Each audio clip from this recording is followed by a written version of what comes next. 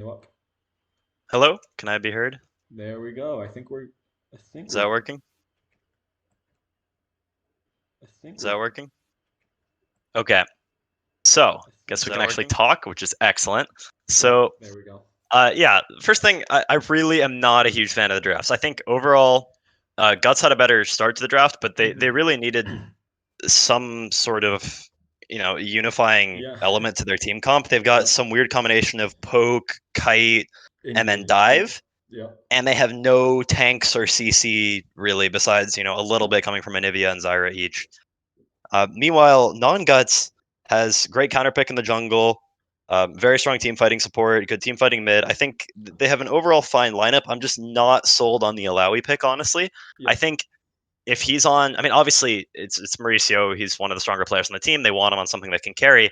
But I think you put him on something like, I don't know, Ornn, Malphite, like something with engage here, and you're just gonna roll over Team Gods. Yeah.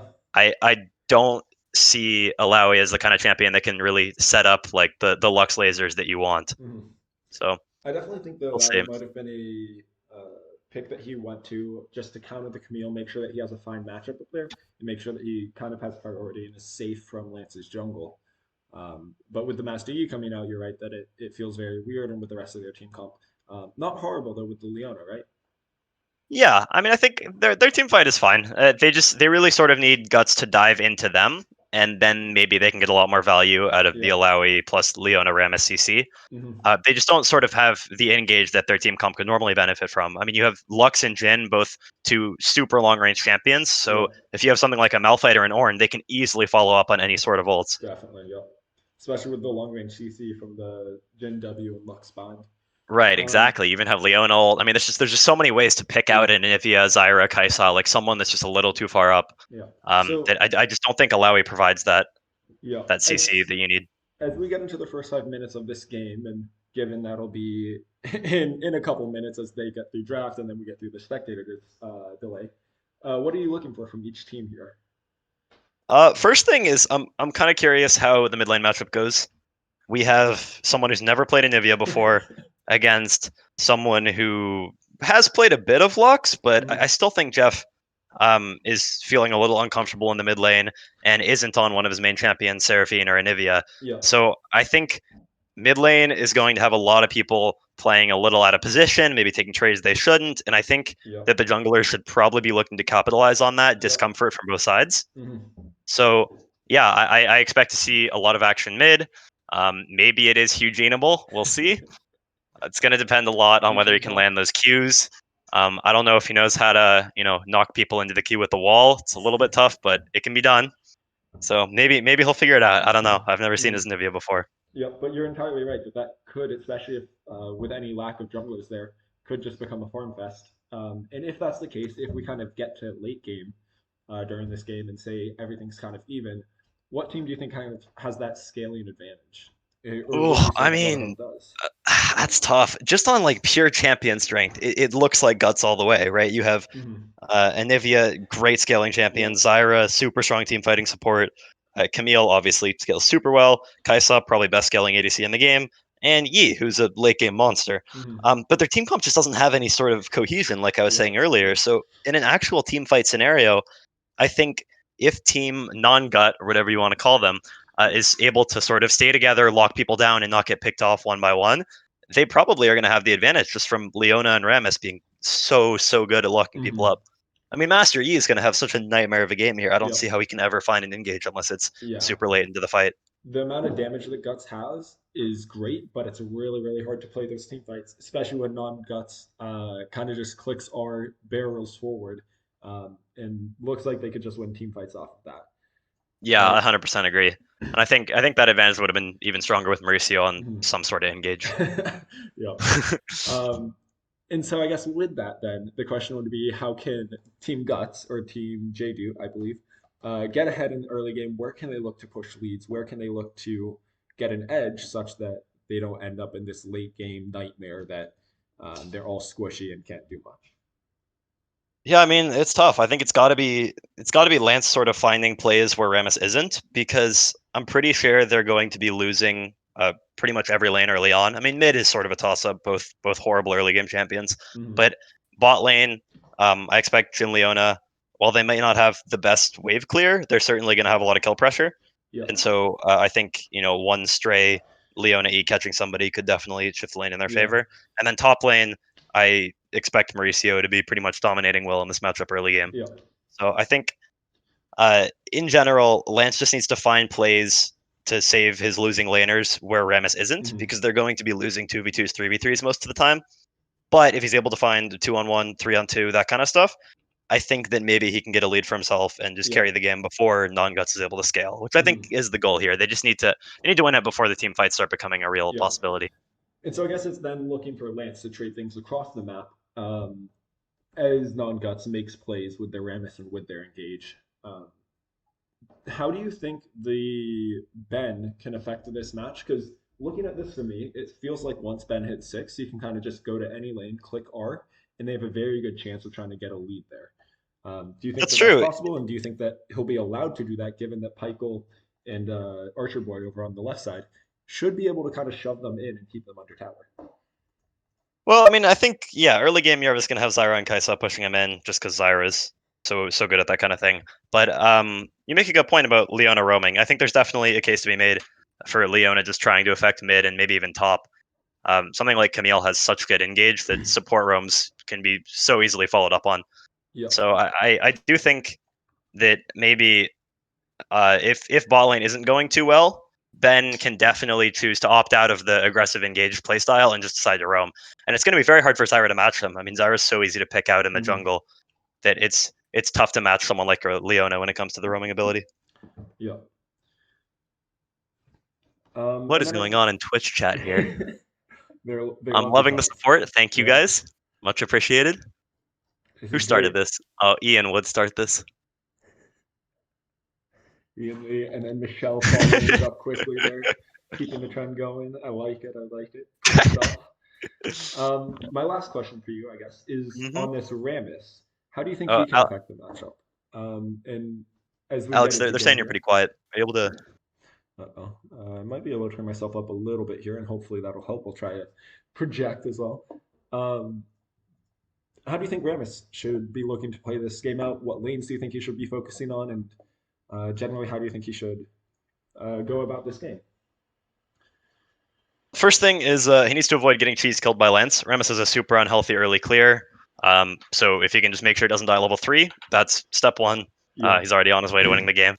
And then once he manages to do that, I think he really just wants to be trying to find Lance in the jungle and catch him out with his teammates, because he really can't do much more than take 1v1s, at least until his ult. And even post 6 early game, he's just so weak without items. And certainly with the Rammus, with the aftershock, with the taunt, very hard to kill. I forgot my line. Yeah. Especially if he has a teammate there to provide the damage off of the Right. I think he sort of wants to avoid 1v1s, at least until he's got Thorn Milk kind of thing. But he loves 2v2s, 3v3s, where they can just lock down Yi, burst him, and then move on to the other people.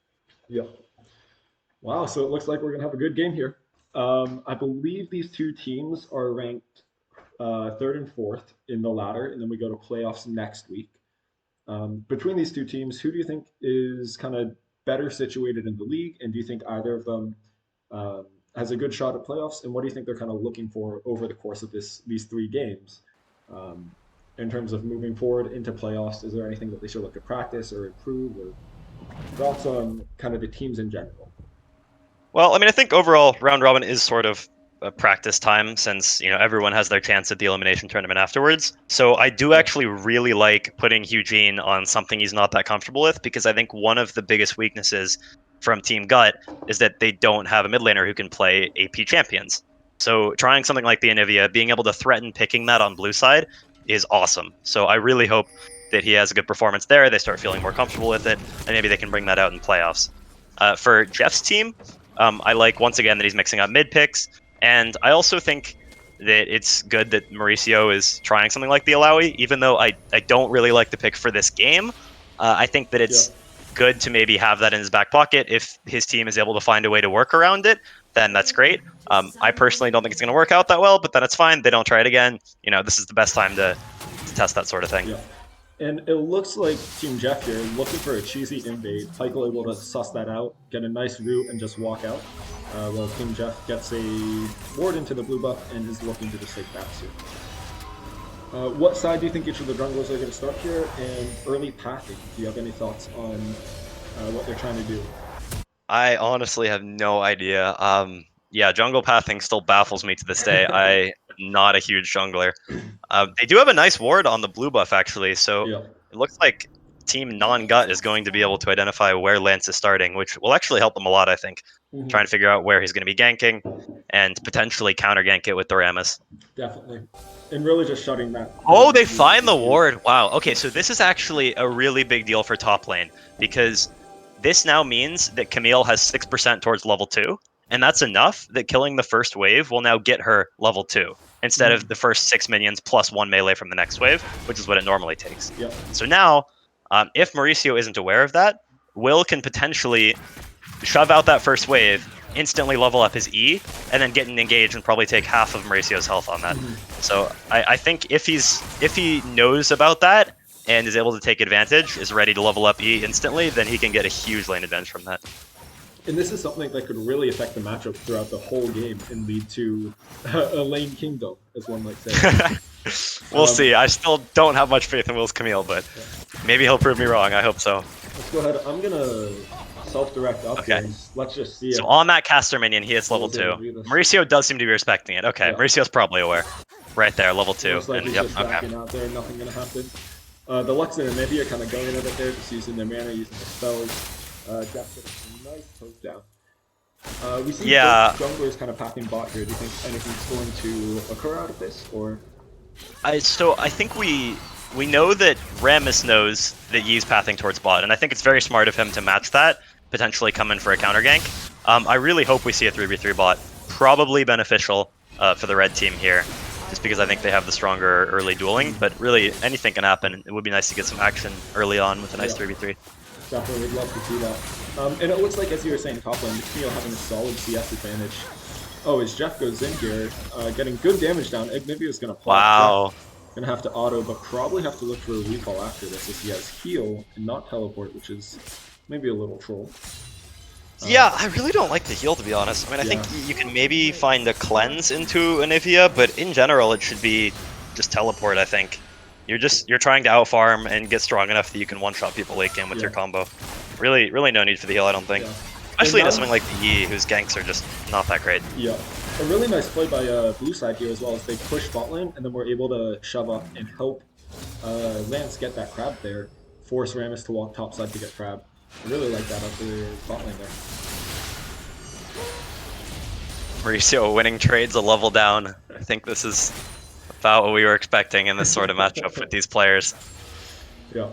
Looks like, however, bot is building up a pretty big wave. He could look for a gank timer here, or do you think he's just going to go? Oh! Meal's engaging top lane. Rammus is there to support it. Oh, he gets the empower! Get it. Really well played there by Will, getting that kill before the Rammus is able to taunt. Wow. I am very impressed that Will managed to get that kill. Stun, electrocute goes off, his shield comes back, has to burn the heal. Huge cock, nice trade. And with that TP advantage, could be pretty huge. Yeah, I'd love to see him take a recall, buy a tier, TP back, and just punish Geoff very hard for not taking TP. Yeah. I think this is kind of what we were saying before the game, though, that these mid laners a little bit uncomfortable taking trades. They probably shouldn't be, quite honestly. I mean, Anivia got his egg popped at 2 minutes. Lux is almost dying, burning both summoners, or burning heal.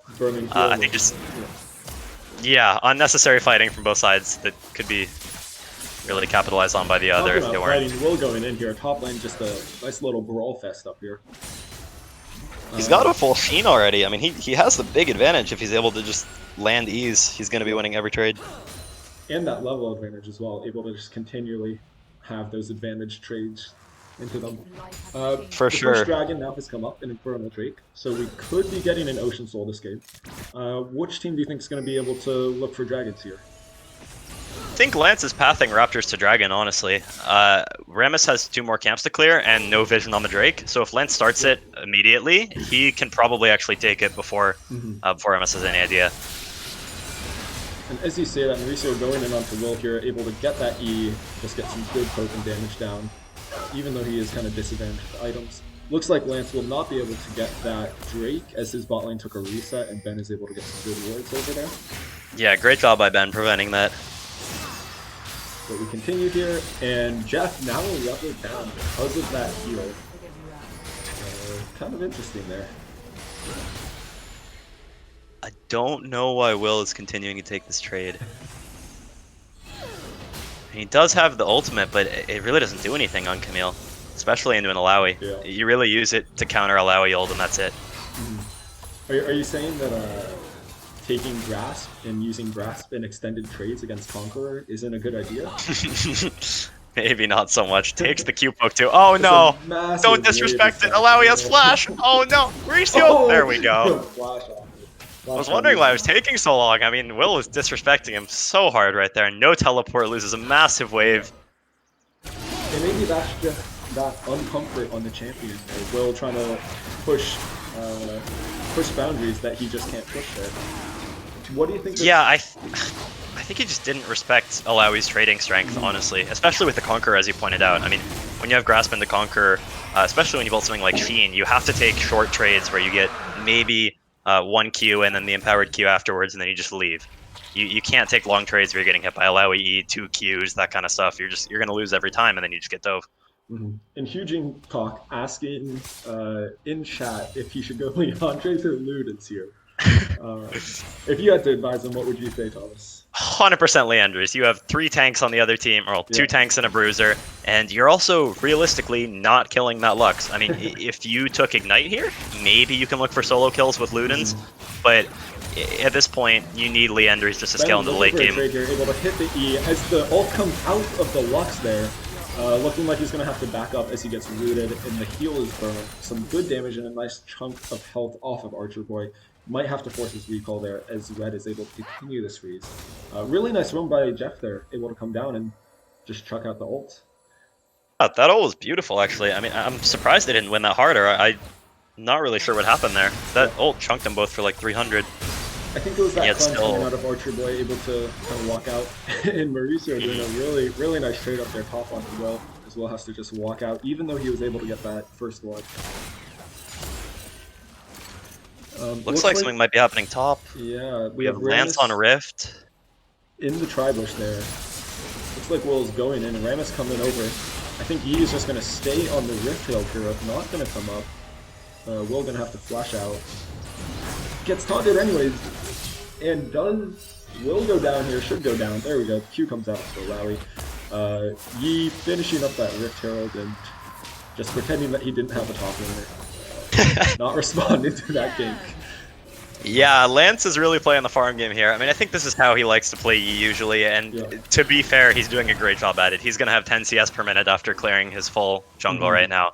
You're right. And he's going to be a strong Yi. I don't know if it's going to be enough, but he will be quite strong just because of how well he's farming.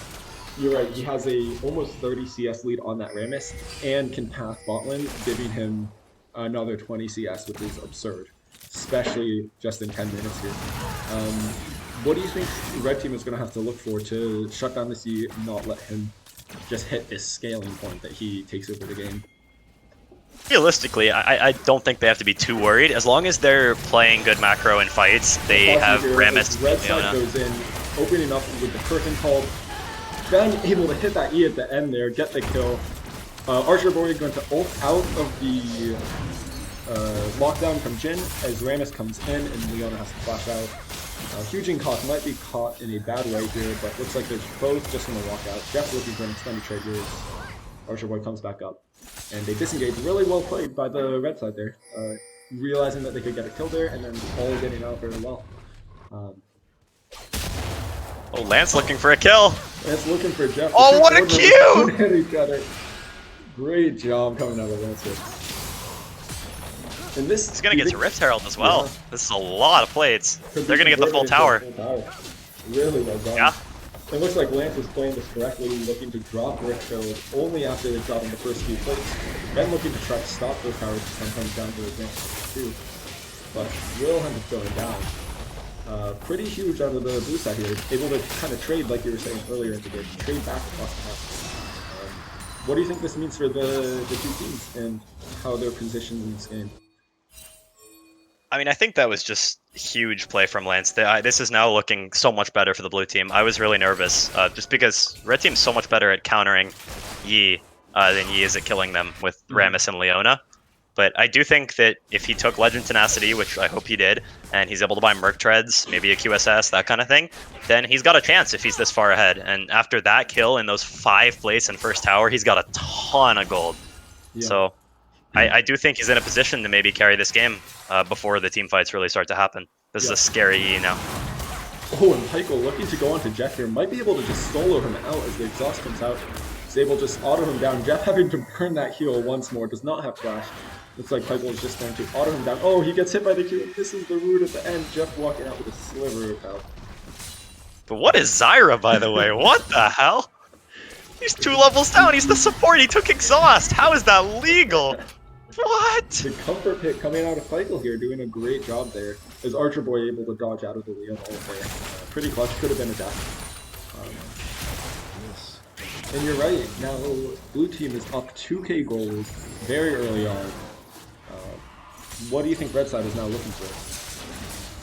I think they have to just have Mauricio keep pressing the advantage top, maybe even look to dive the Camille. I think they really just need to play the team fights correctly late game, and a lot of that's going to be having Alawi strong enough that when Yi dives on him, he has Sterix and Bramble Vest and all that kind of stuff to try and prevent the burst. But it's going to be pretty tough if they don't extend their lead top lane. Yeah, and I'm just going to quickly bring up, as we see blue side get that dragon and stop any sort of stacking going over to red side, I'm going to bring up the gold here, and you can see that Master Yi is now almost 1.5k above I Forgot My Lunch. Really that huge gold lead, and in mid lane too. Just some interesting stuff to look at. Yeah, plates are huge. First tower local gold, absolutely huge. I mean, that Yi is nearly half an item ahead. Just in addition to the farm advantage, those plates are absolutely massive. It's kind of insane. I mean, they're down 2 kills and up 2,000 gold this early in the game. That just shows how powerful good macro can be, just finding the pick and getting the Rift Herald so early on. Or correction, not finding the pick, letting your top laner die, and getting Rift Well, he found the pick in the jungle afterwards onto Geoff. Yeah. But as we see that's true. He did let. He did just take the kill there while his top laner. As we see a nice spine come out of Geoff there, and then it's there to follow up and get that kill. Even through Ignivia, huging going doing not huging what Twitch chat has to say about that. But looking like red side might try to set up a dive on bot here. Maybe not, as there's no ultimate on that, but for this, Master Yi, Lance is going to take all of Rammus' top side, which is, again, that giant CSD. Coming through there. Yeah, I'd really like to see Rammus just pressure top lane. I think it's so easy to dive the Camille at this point in the game with Rammus. You literally run at him, and then the taunt will guarantee that Alawi ult hits, and Camille can't ult anything of note. So I'd love to see some more of that. But it seems like top lane's just an island. I mean, you have Master Yi on the enemy red buff, and Mauricio's pushed under tower. Yeah. With how volatile that link could be, really a lack of jungle presence compared to what could have been. Then chucking out the E, not going to hit it, as Will is going in on Mauricio here with his team coming to follow up. Will looking to kind of trade back here. Might just be goofy. Flash ults, pretty nice. Oh, and he does get the kill on Zyra. Zyra just barely goes down as Will kills Mauricio right there. Red side now looking to trade on the Archer Boy. The ult comes out of mechanics. Able to hit 2, then flash with the E. Oh, it misses in the room, misses 2, but still goes down to Denzik Meg. Cured it, I guess. I mean, their kills are just not on the right people. I don't know. When they were killing the Anivia egg mid lane, Rammus stole the kill with Aftershock, which is very unfortunate. Yeah. Stuff like that, putting the gold on the wrong people. Yeah. Do you think as we go into this game now, it becomes more and more doomed for red side if Lance is able to just continue free farming like this? Or do you think I mean, it's weird. It's weird to say it because they look like they should be winning here, but it is feeling worse and worse as Lance gets stronger and stronger. Yeah. Definitely. We'll see though. I think late game they do have the comp to shut down the Yi, and we can't really underestimate the strength of that. Oh, this Alawi has no ult. Caught out here. He's just dead. Yeah. Does some nice damage, especially with that Gorgic, where you're able to heal up quite a bit, but just goes down. Yeah, I think he did a great job. If he has ult there, he can potentially win that, but he didn't, and Lance took advantage of that with the nice gank. And looking like Lance here will now get a second tower for blue side. Lots more gold going over as this throws the gold loop to 2k again. Oh, and Ram is getting caught up. This Zyra just seems to be everywhere.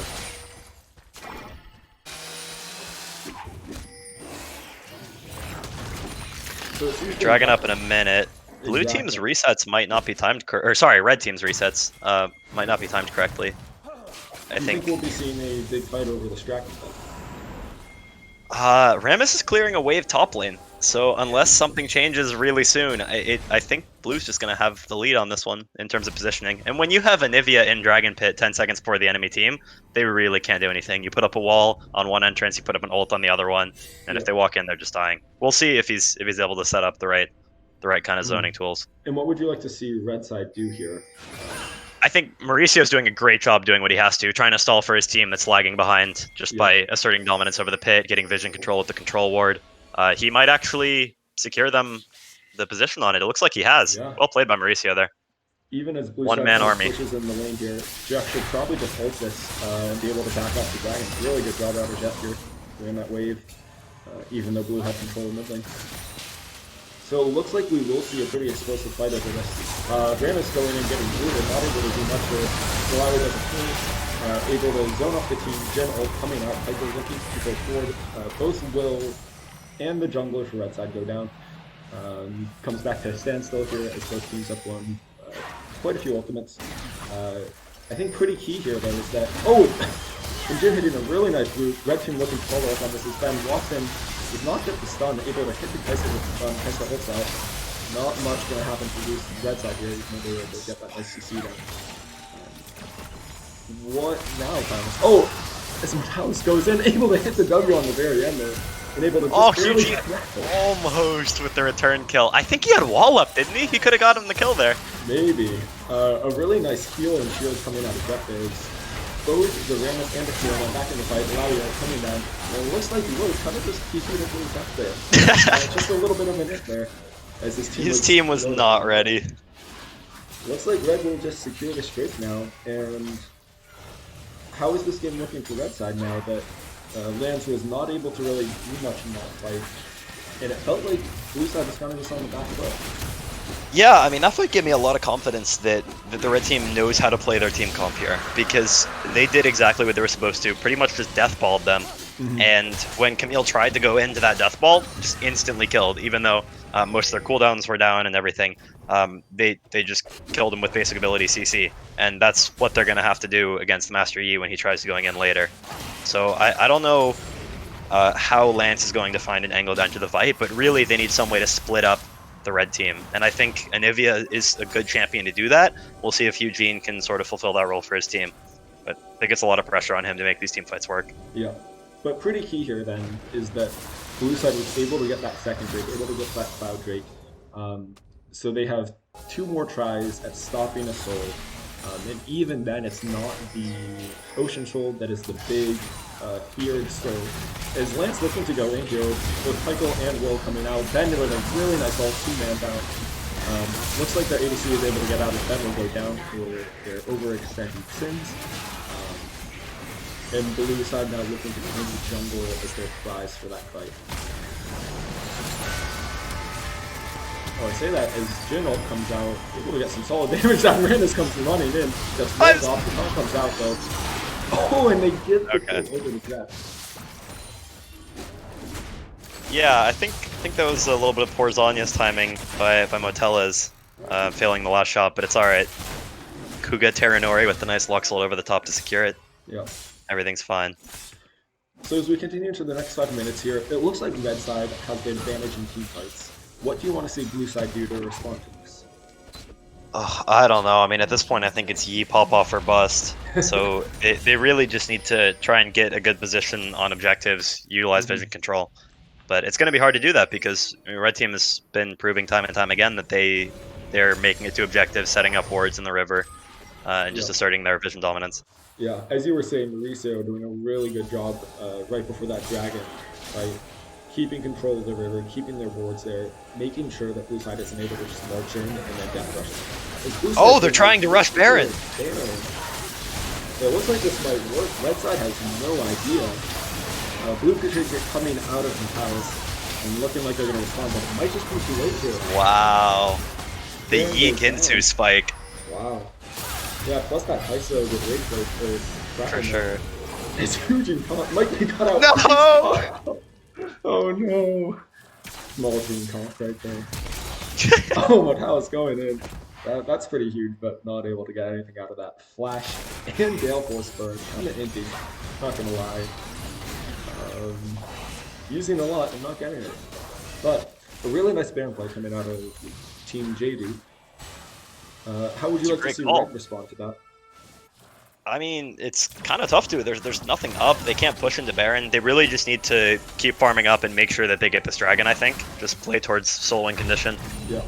I think the point of that Baron was more so... Continue. It was more so just to deny the Baron from red team, because blue team's obviously on the back foot here. Even though they're up a little bit in gold, their team fight is just so much worse right now. Yeah. So I think that was a great play. Utilize their strengths. They have Anivia, Kai'Sa, Zyra, Yi, all great Baron takers. Yeah. And just stealing that away from the other team stalls them 5 more minutes to maybe find a better fight. Yeah, and definitely extends the life of their towers, and even able to get a couple towers of return here, as those Baron minions are just so good at pushing towers and pushing out waves.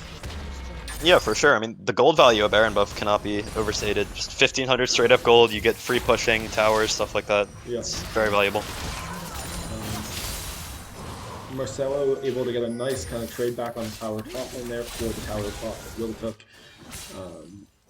Very good job coming out of, I think, both teams here as they're able to kind of split the map. I'd like to see someone on blue side going top lane to catch that wave, but looks like they're just going to kind of get control of red side. Dragon is coming up soon.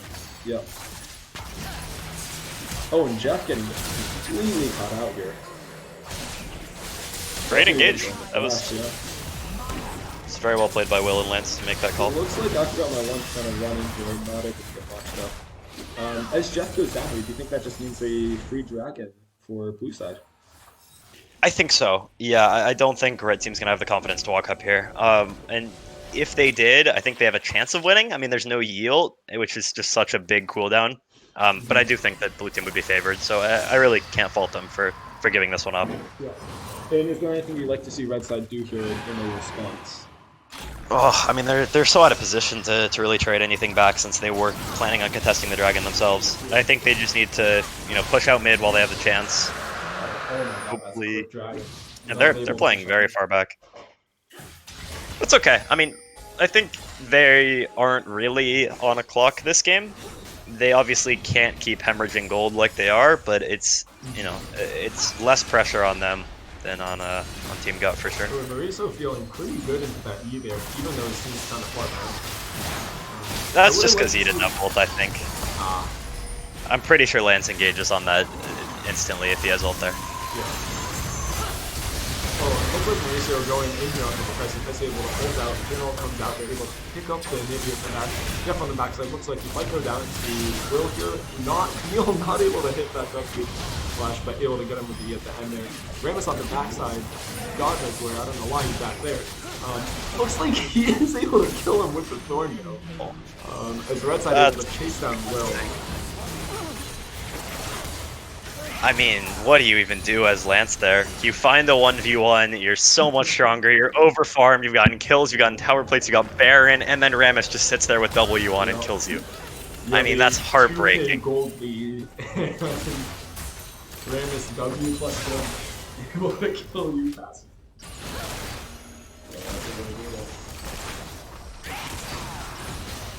So after that, red side looking like they're able to take that disadvantage after they're going out. Nice little play out of the What do you think these teams do looking for here? As we get to the next trade, one team kind of becomes onto soul. What is each team looking for Well, in fights? What are the key cooldowns? I mean, after watching that, I don't know if blue team really has a way to find good team fights. That was about as good as it was going to get, I think. Mhm. They were split up. They had skirmishes. I mean, that's exactly what their team wants. They had Camille 1v3ing, finding a kill, and somehow Rammus is just, Yeah. I don't know, Rammus is just a Lance balanced going champion, down I in the guess. 2v1, even though Lance is the strongest member on Blue side right now. Right, that was brutal. Just So I don't know. nasty. I mean, maybe if Rammus gets distracted by somebody else and Lance finds his way onto Moteles, Kuga, Taranori, that kind of Yeah. thing, maybe they have a chance. Definitely seems like it needs to be Hugin Cock or Archer Warrior, even Will, I guess, with his ultimate going onto that Rambus and kind of peeling him off so that Lance is able to get onto that backline axis and able to just shred through that backline. Because I Yeah. think he should have one or two shots, both the Lux and the Jin. I mean, pretty much. Yeah. It's going to take maybe 2 or 3 auto attacks with the Xeon. They're just dead. Especially because they've itemized no resistances at all. I mean, Lux is going for the very bad item.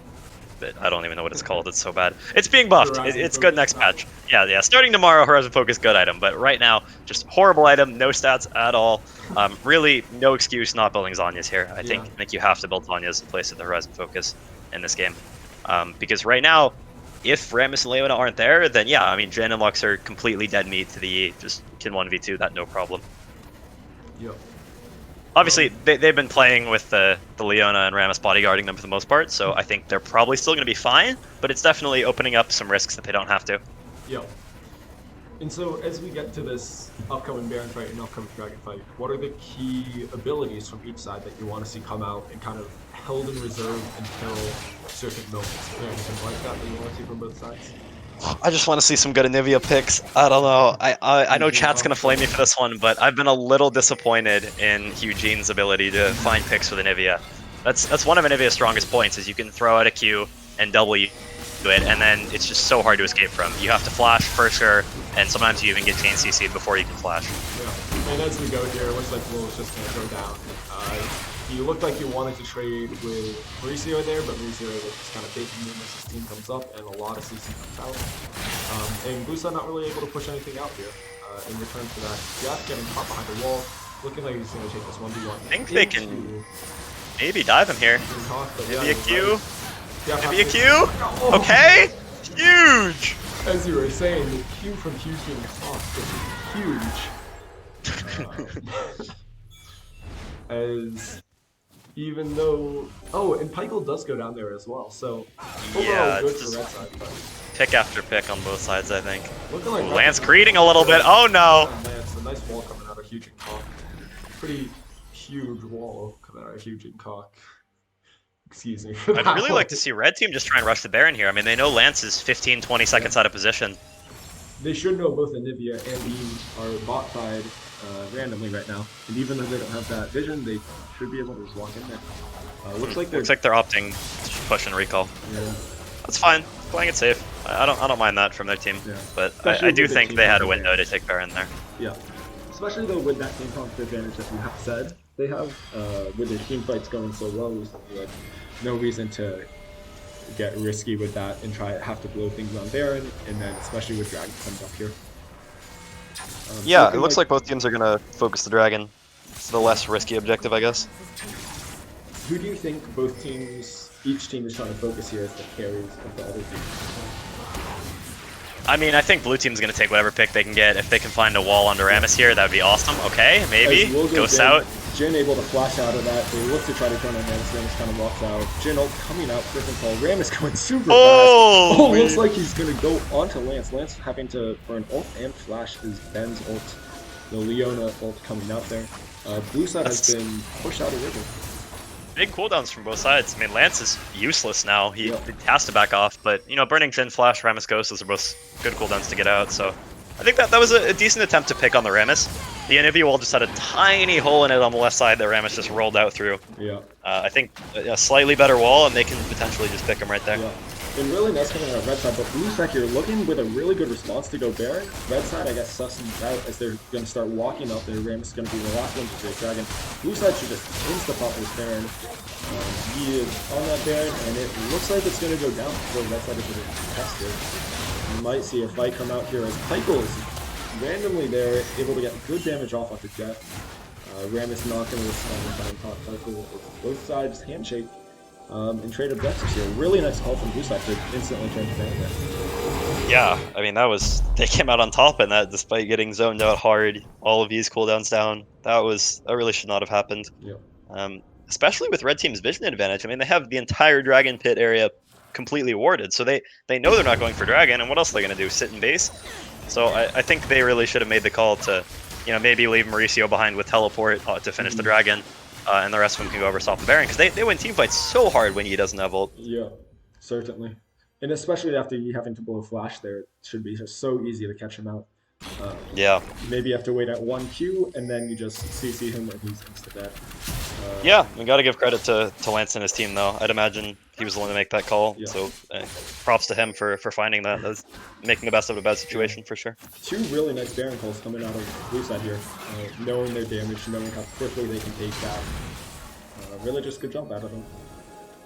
And now able to get a push on bot side here, as the two top laners kind of just sit up top.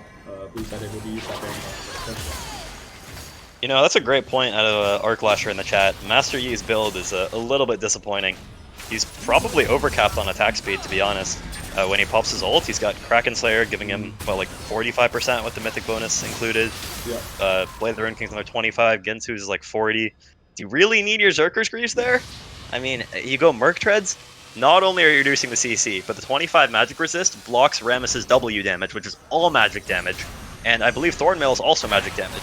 So you get so much value out of those, and that might end up being the difference in one of these fights. I'm a little concerned with that boot choice. And now he has a agility cloak, right? You have to build the name of it? Yeah. I think so. Yeah. What do you think he's going to build with that? I mean, Bloodthirster, I would hope. I don't know, maybe some kind of armor shred, although he's got true damage. Yeah, I'd imagine it's probably just going to be some kind of lifesteal item. Yeah. Just something to try and keep him alive. Yeah. Hopefully not like a PB or something. No, he'd be so overcapped, yeah. But blue side getting a nice push on, red side looking like they're going to have to defend this, as we're going to TP in Alawi. Probably will have to... Kaisa ult, go! Go! Not able to go. Curtain Call gets opened up here. Rammus rolling in the ball. They're looking like they might try to re-engage this, but blue side, really nice TP coming out of YUEC to take that inhib. So we have Nappy Drake coming up in 2 minutes. Have a bit of a lull in the action here. What do you think each team is thinking through here? What do you think they should be looking for? How do you think this next fight is going to play out? I mean, I think red team's got to just play for the dragon, and blue's going to have to pull the trigger at some point, take a team fight, whether it's good or not. I don't think they want to be going into a Mountain Depth team, just with how many tanks and bruisers are on red team. Yeah. They can't give up the third Mountain Drake and the Mountain Soul, it's too much. So I think red just needs to try and knock its own out of the pit, set up their presence early on, get good vision, and make blue team engage onto them, and then they're going to have an easy team fight. And I guess, again, we're going to look for Eugene Koch with a nice Q to really try and... Yeah, I hope so. You have to wall somebody off, catch them out, and just try and pick them off with your team's damage before the team fight really starts. I think any 5v5 is going to be rough. It's so hard for the Anivia to do anything besides good picks, because Anivia's normally a pretty good team fighter, but in this sort of situation, your team is mostly dive. Camille, Kaisa, Yi, it's all engage dive, and Anivia is so much better at kiting back and punishing people for diving into you. Certainly. And then what do you think red side is going to look for in this fight that's coming up in a minute as Mountain Soul comes out? They just need to not get picked. They need a solid front to back, have Alawi, Leona, Rammus in the front. Hopefully Jin isn't getting picked right here. And taking stock of summoner spells here, actually, I would have really liked to see Mauricio top lane here, especially with that TP advantage. Because he shouldn't really be able to be matched by anyone. Maybe the Anivia, but that feels really bad to not have Anivia there. Blue side looking like they're just going to barrel down mid lane, threatening to trade the inhib for that I trade. like this call. Oh, what a wall. That's a nice wall. Do you think blue side is just going to look for the end here? They're going to Oh have my to. I mean, god, and that's Ram is their coming in, calling. able to pick out Pikel. Pikel goes down almost instantly. Blue side looking to just call onto the towers there. Looks like they're going to back out as Mauricio kind of misses ult completely. Will able to catch him out. Yi on the backside goes down before he's able to get anyone. Blue side continuing to focus the Nexus. Looks like blue side will just about get it here as they're 3 numbers up. And a lot of What a call! What? Wow. Beautiful macro. I mean, the Eugene wall actually just saved the game. That was incredible. The huge wall. That's what we were looking for. That's what Twitch chat was looking for this game. I mean, wow. Of all the ways for them to win this game, I did not think it was going to be pushing through 3 towers, an inhibitor, and the Nexus, and the time it takes the other team to run Yeah. around in a Nivea wall. Yeah. Absolutely beautiful macro. Yeah. I mean, Great I calling love macro. that they went for this play, though. I think they realized how dire their situation was when it comes to team fights, and they said, screw it. If we have to just send a base race right now, like, let's just do that. And not even a base race, sort of. Um, just making the risky play because they know that any sort of team fight is going to be really bad for them. Mm-hmm. Yeah, that was an amazing call. Really just a great job there coming out of J-doot, really able to bring that game back with how dire it was looking. Um, as we move into the next game here, are there any lessons that you want to see either team take away from that game? I mean, I just hope that the blue team can figure out their draft and not put themselves in the same situation. I mean, it worked, yes, but like, come on, that was a desperation play, and I think with some better setup next game, it's really not going to work again. So I think that especially with the side switch, we're going to see a big mix up in the draft. I think maybe an Anivia ban coming out to deny Geoff, which Mm-hmm. potentially leaves other picks open like that Bard. So we'll see. I would hope that there's a different draft from both sides. Red team with some better engage if they're going for the same comp, and blue team with just some better team fight in general. They need to sort of pick a direction with their comp and run with it instead of all of these different people on carry champions trying to compete for resources. Yep. And looks like Twitch chat is calling for a huge and cock interview at the end of this game. Um, we'll see if we are able to make that happen. Uh, we will try. Huge and cock though, really not doing much throughout the game, and then just coming up huge at that end there with that wall. Really nice job. So, is there Okay, any yeah. chance I could go eat dinner quickly I before the believe next game? so. We All can right, take a quick sweet. break. Yeah, let's go ahead and take a quick break as the teams kind of recollect themselves. Um, Yeah, and if you guys need to start draft, that's totally fine. yeah, We have the 3 minute period anyway, and action doesn't really start until the first couple minutes anyway. yeah, So yeah, I'll try to be back in like 5 minutes or so. perfect. All right, All right, uh, see you in a bit. go for it. To everyone else here, I'm going to load up the pro draft as it goes through. We will kind of watch this on silent as our 2 casters here take a break, and then we'll be right back for the second game.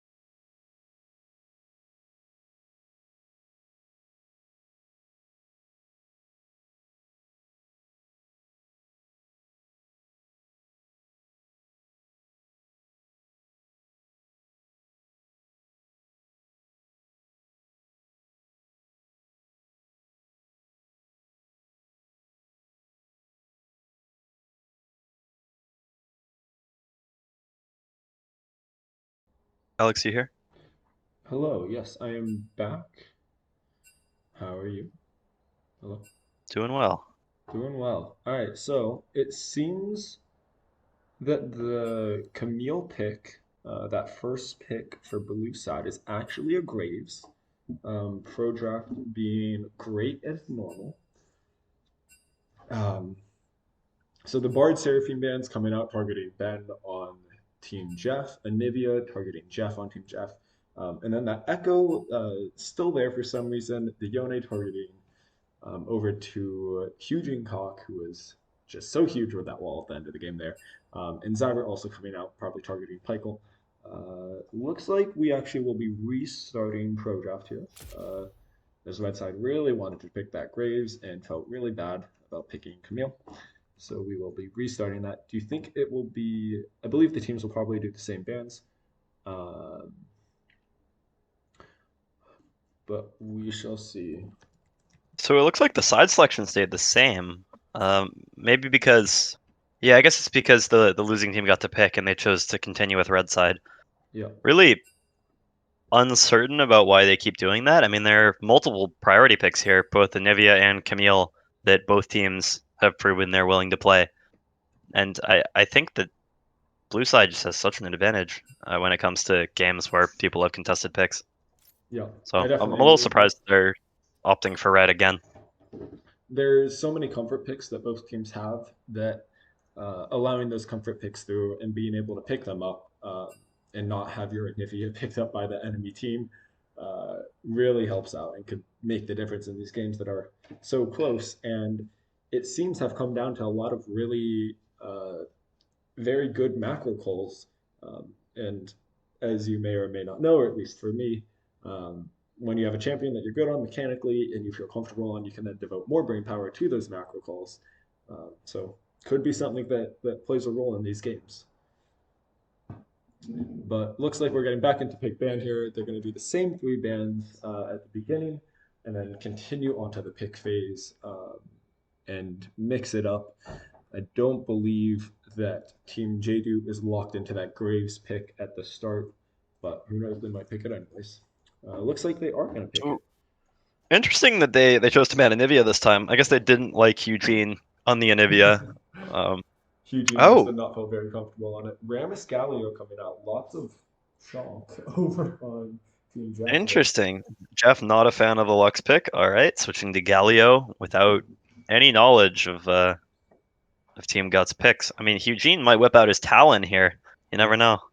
Going very AD heavy could be good, but then again, you fall right into the Ramus with that. Looking like Trundle Yeah, coming for out. sure. Very good tank shredder for that left side. Do you think it's going to be the Trundle top and Graves jungle as would probably be standard here? hmm Or Yeah, that sounds right. I mean, Lance has never played Trundle, I don't think so, Mhm. and Will definitely has. And then any thoughts on that Galio going support by chance? Because there have been a couple Galio Oh, supports in pro play. I have seen some other people running it. Um, hold up. That's Trundle support, I think. Trundle support could also come out That very sounds clutch like a here. Pykel pick, to be honest with you. Some shenanigans that he gets up to over there.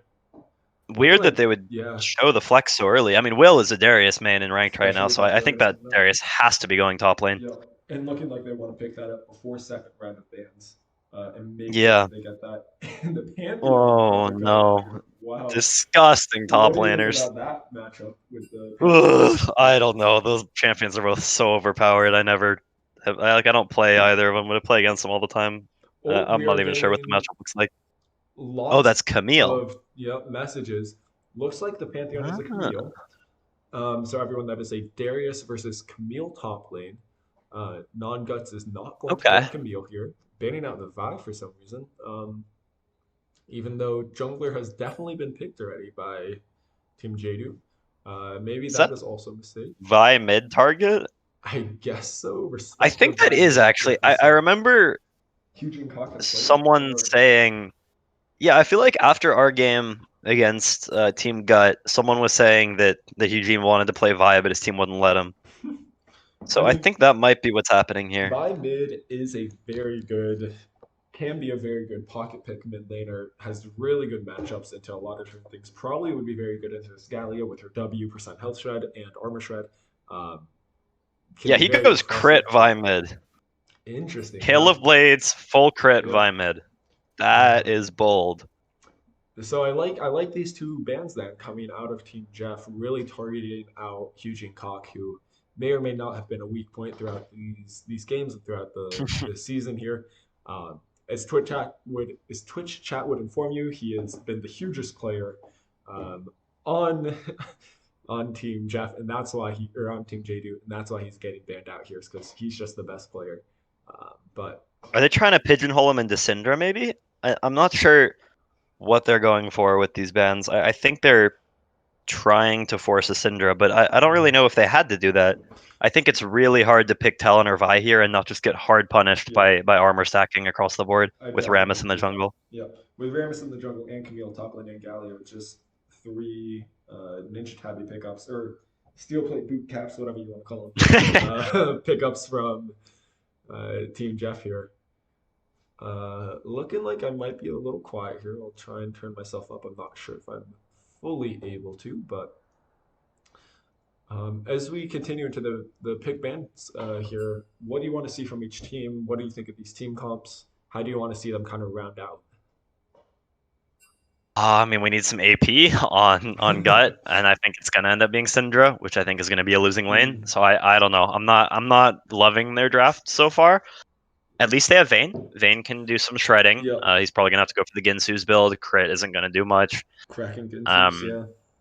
I yeah, and then personally would have loved to see a Swain come out or some sort of AP carry. oh Maybe even a Vagar could have been very no, strong. Eugene Oh, Cassidon. Oh oh no, don't no. do it. No, no, no, no. I am I feared don't in think the that's a good wrong pick. way. When it's locked in, it is Oh confirmed. God. There are no corrections in the league chat. That is a confirmed Cassidy pick there. What do you think of this? What do you make of this, Thomas? I mean, it's an okay matchup into Galio. I'll give him that. I don't think it's going to be good late game. You have Pantheon, or sorry, not Pantheon. It's Camille. That's a Camille pick. But still, I mean, Camille, Rammus, and Galio. Oh, What where the? they're picking Pantheon I now? guess they're picking Pantheon. What? So, Red Side, who picked Pantheon but meant to take Camille there on their third pick, has now picked up the Pantheon for real in their fifth pick. So it seems that we have both a Pantheon and Camille. Will be a Camille top lane, Ramish jungle, and then either Pantheon or Galio mid with the other going support. What do you think of this, Thomas? What do you make of Okay, so this? it's definitely Mauricio and Camille because no one else plays that on their team. So it's Camille top for sure. Geoff, I don't think has ever played Pantheon in his life. So I have Mhm. no idea what they're doing there because I know he does. He has played Galio, but I also think Pantheon mid is a lot stronger than Pantheon support, especially into the Kassadin. So Yeah, I would actually love to see them send Pantheon mid, whether it's Geoff playing that or even potentially swapping Ben there. Just whatever it is, I think Pantheon mid is better, but I think it's more likely they're having Pantheon support yeah. Gallia mid because I think that fits what the players play. I definitely agree that Jeff seems like he would be more comfortable on the Galio, even though Pantheon is probably the stronger pick mid. Who knows? Maybe he has a Smurf account that he's been practicing on and is secretly a Pantheon god. Um, we shall see. I do worry that if Jeff does take the Pantheon mid here, that he will fall off mid game, even if he has an early lead, because I know it's very easy on Pantheon to do great early game, but then not be sure how to transition that later into the game. But turning over here to the J-doot side, what do you make of their team comp? What do you make of this Cassidy pick, this scaling vein, the Darius and Trundle big boys that are going to run in? What do you think they're looking for? What do you think they're going for? How do you feel? Oh, I'm nervous. I mean, Kaisa counters Darius and Trundle so hard, and Kassadin obviously is just going to get murdered by all the point and click CC on the other team. It's just they they don't really have that many angles to find good fights. It's once again going to be all on Lance to try and make plays. At least he's on Graves this time, an easier champ to carry on than Yi into something like Aramis. So he will maybe have a better chance to avoid CC and that kind of thing. He will also probably be building Merc Treads this time, since Graves doesn't really benefit from Zerkers as much as Yi might. So I don't know. I think if Lance is able to build his lead early on, sort of assert dominance in the jungle, then maybe they can find a win through that. But it's very very speculative. I think in general, Red Side has a huge advantage going into this draft. Yeah, I definitely agree with that. The red side, their draft seems to be much better. They seem to be almost insta winning, and as we saw last game, team fight should be pretty easy. They basically click R on almost any target. Mauricio can look to ult the Vayne or the Cassidon and kind of just instantly shut them down with the damage that follows through. Um, and the CC coming out of Team Jeff here should be very, very strong. Um, Looking early game, what do you think each team is going to look for? And do you think one of the teams is going to be able to strike dragons? I mean, I think blue team does have the stronger early game, at least in the top side, but bot lane is, I don't know, bot lane's going to be very coin flippy, I think. They've got two sort of engage beef supports and two hyper scaling tank shredding ADCs. So I think if the blue team is going to win here, they should try and focus bot, get Vayne ahead, get Lance ahead through bot, and maybe try and stack dragons off of that. But it's going to be so hard when they have no pressure mid. Either Galio or Pantheon is just going to be shoving mid in and roaming constantly. Yeah, So once again, I mean, the Kassadin pick is going to cripple their ability to get any sort of advantage bot lane. certainly. I think, That the yeah, lack I of mean, maybe priority they can mid just with the shut down Geoff. Kassadin. Yeah, the lack of priority mid with the Kassadin could really, really hurt Team J-doot here. Um, as you were saying, the bot lane matchup could be very coin flippy, very volatile. How do you think the junglers are going to respond in champion-wise, matchup-wise? Who do you think has the edge in being able to influence that lane then? Oof, I mean, it's probably Rammus with just sheer engage power, but Graves is obviously stronger early on than a Rammus is when it comes to fighting. So I think if there is a 3v3, probably advantage towards the blue team. But Rammus has an easier time finding ganks if Graves isn't there. Yeah, Weirdly enough, top lane is also a very volatile matchup where both teams have great engage. Camille and Darius, especially when Darius takes Ghost, both of them can really engage on the other one whenever they need to. yeah, And I don't know, this is going to be a lot of pressure on the junglers trying to make things happen. Top lane is very Darius favored early on, but if Camille gets even one kill from a jungler gank or something or a Darius misstep, then that lane can quickly swing into a super strong Camille. yeah. I definitely agree with that, and I almost tend to say that Team Jeff here has a easier way with their jungler with that point and click CC coming out of Rammus top compared to the Graves, who doesn't have any CC built into his kit, right? It's true, Especially yeah. because the Rammus has that taunt, can very easily lead into ganks for any of his lanes, given the Galio taunt and knock up, the Pantheon stun, the Camille hook shot. It seems that those ganks could be much more effective than a Graves gank. Yeah, I think especially into something like Camille where he can just EOA if he finds himself in trouble. That's definitely going to be true. Any Graves gank is going to have to be either off the back of a Darius pull or just in a situation where Mauricio ease in thinking he can Yeah. find a kill and then Graves comes out of the bush. Mhm. Or even, I guess, if red side overextends and pushes too far, Graves very easy with that smoke screen to slow them down and really confuse them, make sure that he's able to get in there, get his auto attacks off. Given that there's no minion wave, of course, that is always a classic scene that Graves try to auto someone through a minion wave. Not a fun time. Yeah, I It mean, I think in general it's going to be a lot of pressure on the junglers and a lot of pressure on the Kassadin matchup, both to survive from Eugene's perspective, and on the other side, Geoff to make plays happen needs to get roams off and try and shut down the early game heavy Darius and Graves and Trundle. mhm. So who do you think here? Actually, I guess we can find out who's going mid lane. Looks like Jeff is taking that Pantheon mid lane. Wow, What do you think about this? What do you make of this? How do you think this is going it's to affect the game? it's the correct choice objectively champ wise.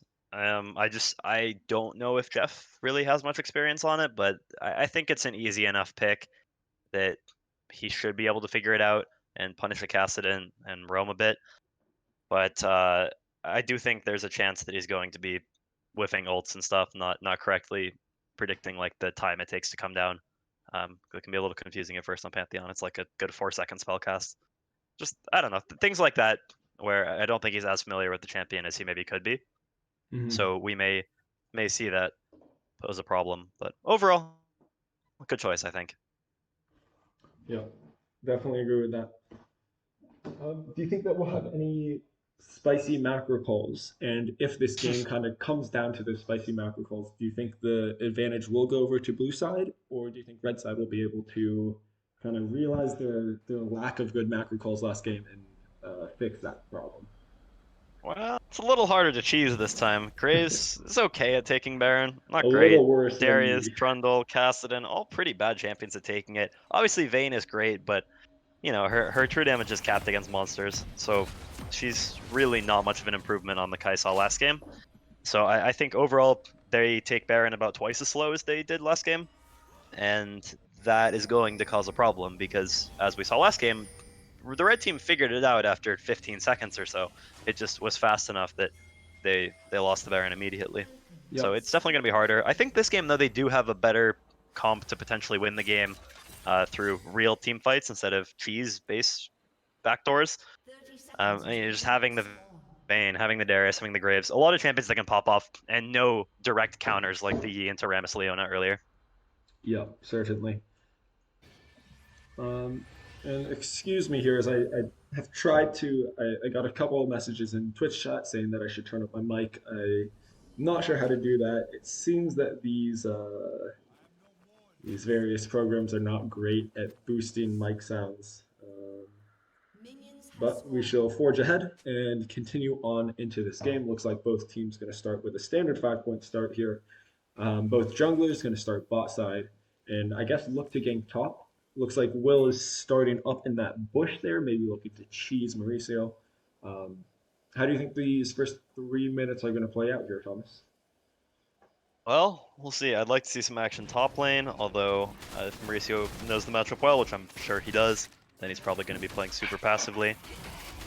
It is interesting to me that junglers chose to path top. I think bot lane is probably more important, although top lane obviously does have some snowball potential like we talked about. So I'm not a huge fan of the pathings here. Oh, Camille's on the wrong side. This is kind of interesting It's here. Looking like good, Will's good able to get ghost. a nice trade here as the automatic viewer kind of freaks out a little bit. And Korvac has to blow his flash there. Really nice trade though coming out of Vitalis and Benthonic on the bot side.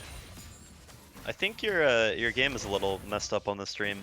If you open the stream, it looks like the window is Uh-oh. pushed down a little bit. That's not good. Let me go try and fix that.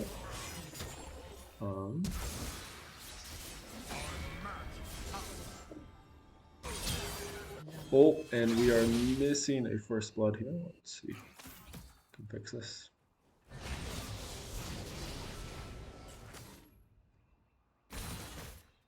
Okay.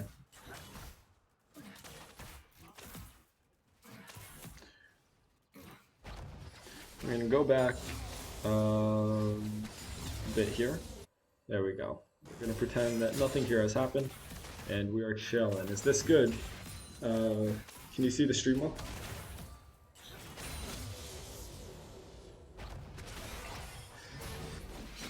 Yeah, I think it should be good. I don't know. It's lagging a bit. It's a bit behind. All right. Let's see. Yeah, I think it's better now. Watch as Will tries to get the kill onto Mauricio. Mauricio able to use his Qs, get out of it, and kill Will instead. Wow, Mauricio just won that 1v1 early game. That's brutal. Very well done No, out of him. no teleport on the Darius, of course, so it's gonna miss a little bit more than he might have otherwise. Yep. Geoff looking to get a nice trade onto Hugin Cocky. Hugin going back for an auto kind of randomly, walking into some more damage from Geoff. As Geoff kind of pushes that wave through. And Will putting a Sage in the chat for his death there. Really interesting that Mauricio chose 2 longswords here instead of the Sheen. I think that's probably correct because he took Conqueror, he's going for these long all-ins instead of short burst trades. But it is really interesting that he chose this playstyle into Darius. I think usually the traditional Camille setup is take Grasp, rush Sheen, and just try and poke Darius out and then E out of fights, since usually he's going to win the long all-ins. But I guess Mauricio trusts his ability to just straight up win the 1v1s. Mm-hmm. And Geoff looking to get another nice trade onto Hugin Cocky. Hugin looking to trade into that Conqueror for some reason. But as that happens, Will and Mauricio going at a top lane. Mauricio having to hookshot out of there. As Rammus looks for an invade, is not going to find anything, as Lance Morello did do a very good job of clearing all of that. And now Eugene Cock looking for a reset as bot lane stays pushed, but looking like Graves will not be down there anytime soon for a gank. As this first dragon comes up here, Thomas, are you looking for anything from these two teams? And do you want either of them to try and make a play for this dragon? I mean, I think red team's got to go for it. They have the mid lane advantage. Pre-6 Kassadin really going to be doing nothing. If they don't get this dragon, then which dragons are they going to get? I mean, this is their best chance for sure. So I'd like to see them push out this wave as fast as they can. Rammus come off the enemy Krugs and go to dragon right when it spawns. Looks like that might be what they're trying to do.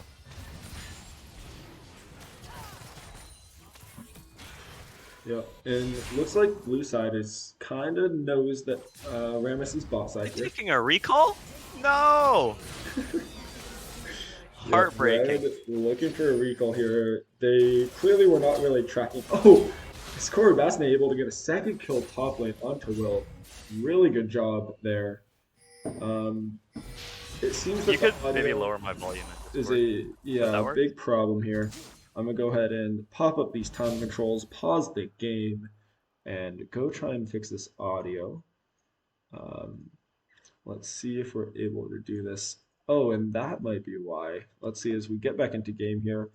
I've adjusted some settings. Twitch chat, I'm sure, will tell me how it's going. As Pykel comes here for a gank, throws down the ignite. Geoff has to flash out, looks for a recall, does not have teleport to get back in here. Um, hopefully that's a little bit better. Twitch chat, I'm sure, will inform me in a little bit as the stream catches up to these changes here. Is it me or is Eugene winning mid lane? I think he's kind of huge. I think he's kind of winning mid lane right now. You're right. Especially after that little gank from Pykel there. He's able to push in that wave, and Geoff is going to miss a cannon minion plus three casters, maybe more. Looks like more. Um, kind of interesting. This is not how we expected this lane to go. How do you Yeah, think I mean, I think the great rest run of the from lane is going Pykel. to figure? How do you think the rest of the mid lane is going to play out after this, after that round? Well, it should still be Pantheon favored for sure. I would love to see Eugene rush Seekers. I mean, that's like the one saving grace for mages into something like a Pantheon. So if he goes Seekers, he's got a much better chance to just kind of survive. If he doesn't, he might just get one shot at some point, like level 9-ish. So I think that's going to decide a lot of that matchup. But great on him for staying even in farm, not dying, taking a TP at the right moment, just playing the lane pretty well, I think.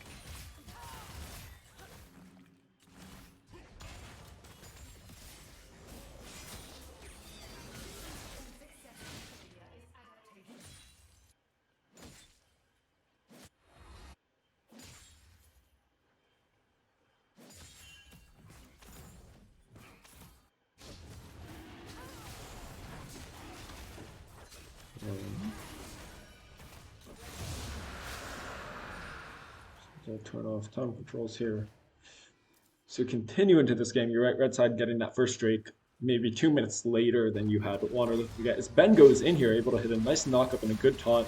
Metalis not really getting any damage down, gets a couple autos in, but not much, maybe a Q.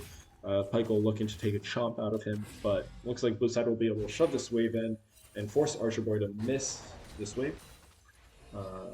And as we look across the board, it looks like Red Side has a slight lead with that Camille top lane, but is this as much of a lead as you would want them to see? Want them Oh, to have? a roam from Darius. Like a very nice run coming through. Camille looking like he's going to clean up here, able to get the kill. Mauricio loses this, Yeah. right? Does he Oh, just nice a ult, really nice nice ult. ult to avoid the Q? Oh, and that's brutal. He does go down. His wave comes over the wall. Now that was a great pull from Will. I was watching one of Will's Darius games the other day, and one thing that he never really did was use the pull for CC when you're already in combat. One of the most important things on Darius, if any of you guys ever decide to play it, make sure, even if you're fighting someone who's melee, who's already on top of you, you don't have to pull to get him near you. Your pull is a full 1 second CC.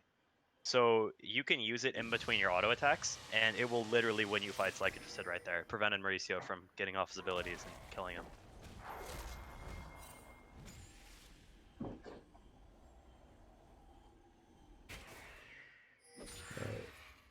It's really huge though. I mean, what a roam out of Kawisa, sort of turning it back around. I think top lane is still going to be a bit rough for him. I think he's going to be a bit behind in XP and gold still, but overall, big difference. Yeah, and overall, it looks like this game is looking good for Blue Side here, as they haven't really been shut down. Geoff's Pantheon hasn't been as effective as one might have hoped in the first few minutes of this game. How do you think, or do you think there's anything Red Side can do here to look to win this game? I mean, it's just going to be same as last game. They need to play for their better team fights, I think. They have nearly the exact same comp. A lot of CC bots, a strong 80 carry, and, you know, a bruiser-ish top lane. I do like that they have Camille instead of Alawi. I think that potentially will give them more options for playmaking, and maybe they can find something right here.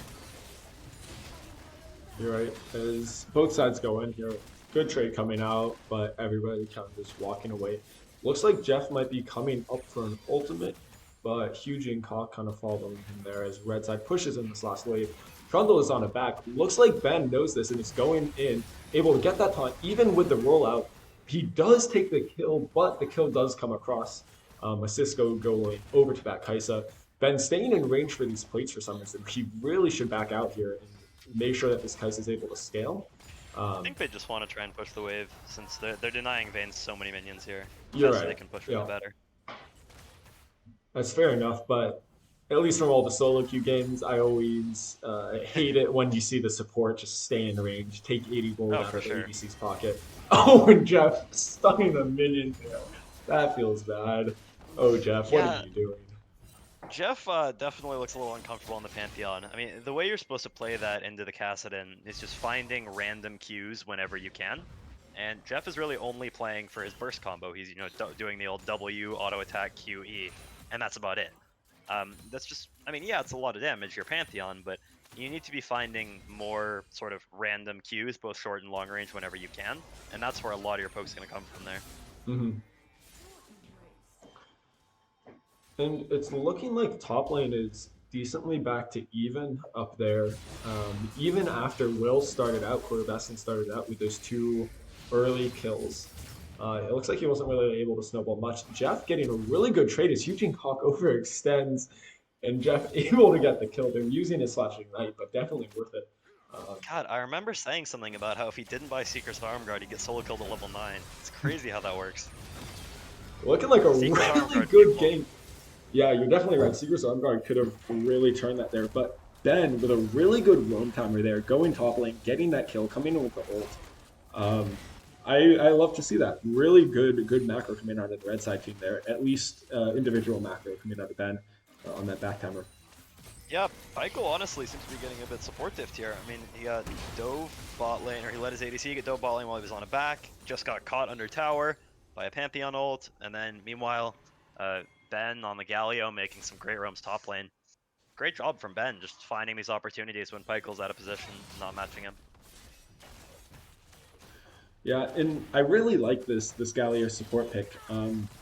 I have been playing it a couple times support myself, and it feels pretty good. It feels very strong, especially early on with the amount of CC you have. And then, as we just saw, Ben with that really nice roam, able to use the global or semi-global.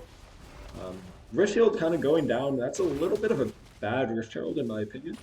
Um, Not getting too much out of that. You normally like to see them get a full tower, but still pretty worth. As I forgot my lunch, resets the blue buff. Feels bad.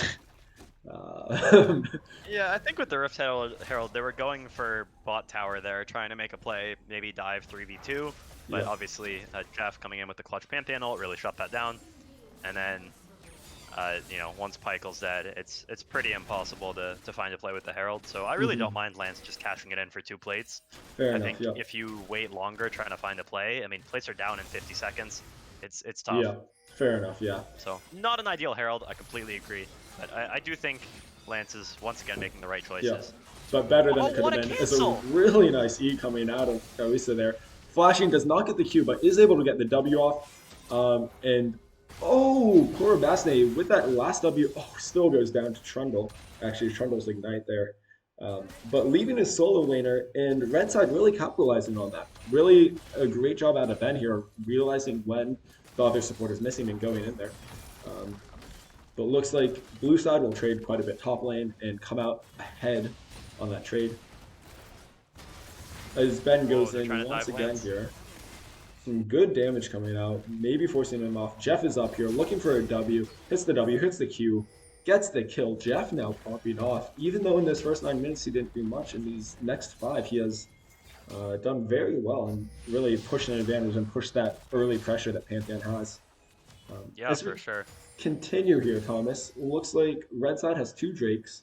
What do you think Red Side can look for? Where do you think they should be pushing? How do you think they can play this and really advance their league here? I think it's just got to be Dragons for them, honestly. I mean, they've gotten back into this game, now have a sizable lead, mainly off the back of Ben just making some great plays, both bot lane and roaming. And then Hmm. also, of course, Geoff finding some solo kills just because of the Seeker's Armguard, Yeah. failing to buy it. I think a big oversight there out of Eugene Koch. If Eugene Koch. But That's a small Gene Koch move. Maybe he has his little brother playing on his account or something like right now. It's Eugene Koch looking like he's going to get caught out again. Geoff comes up. Ramus hits that taunt. Geoff throwing at the E for some reason, but still getting the kills as Ignite goes down. Eugene Koch I not think even blowing the flash.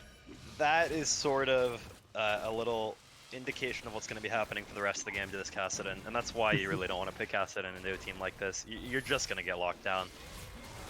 Yeah, especially with how much CC and even global ultimates red side has.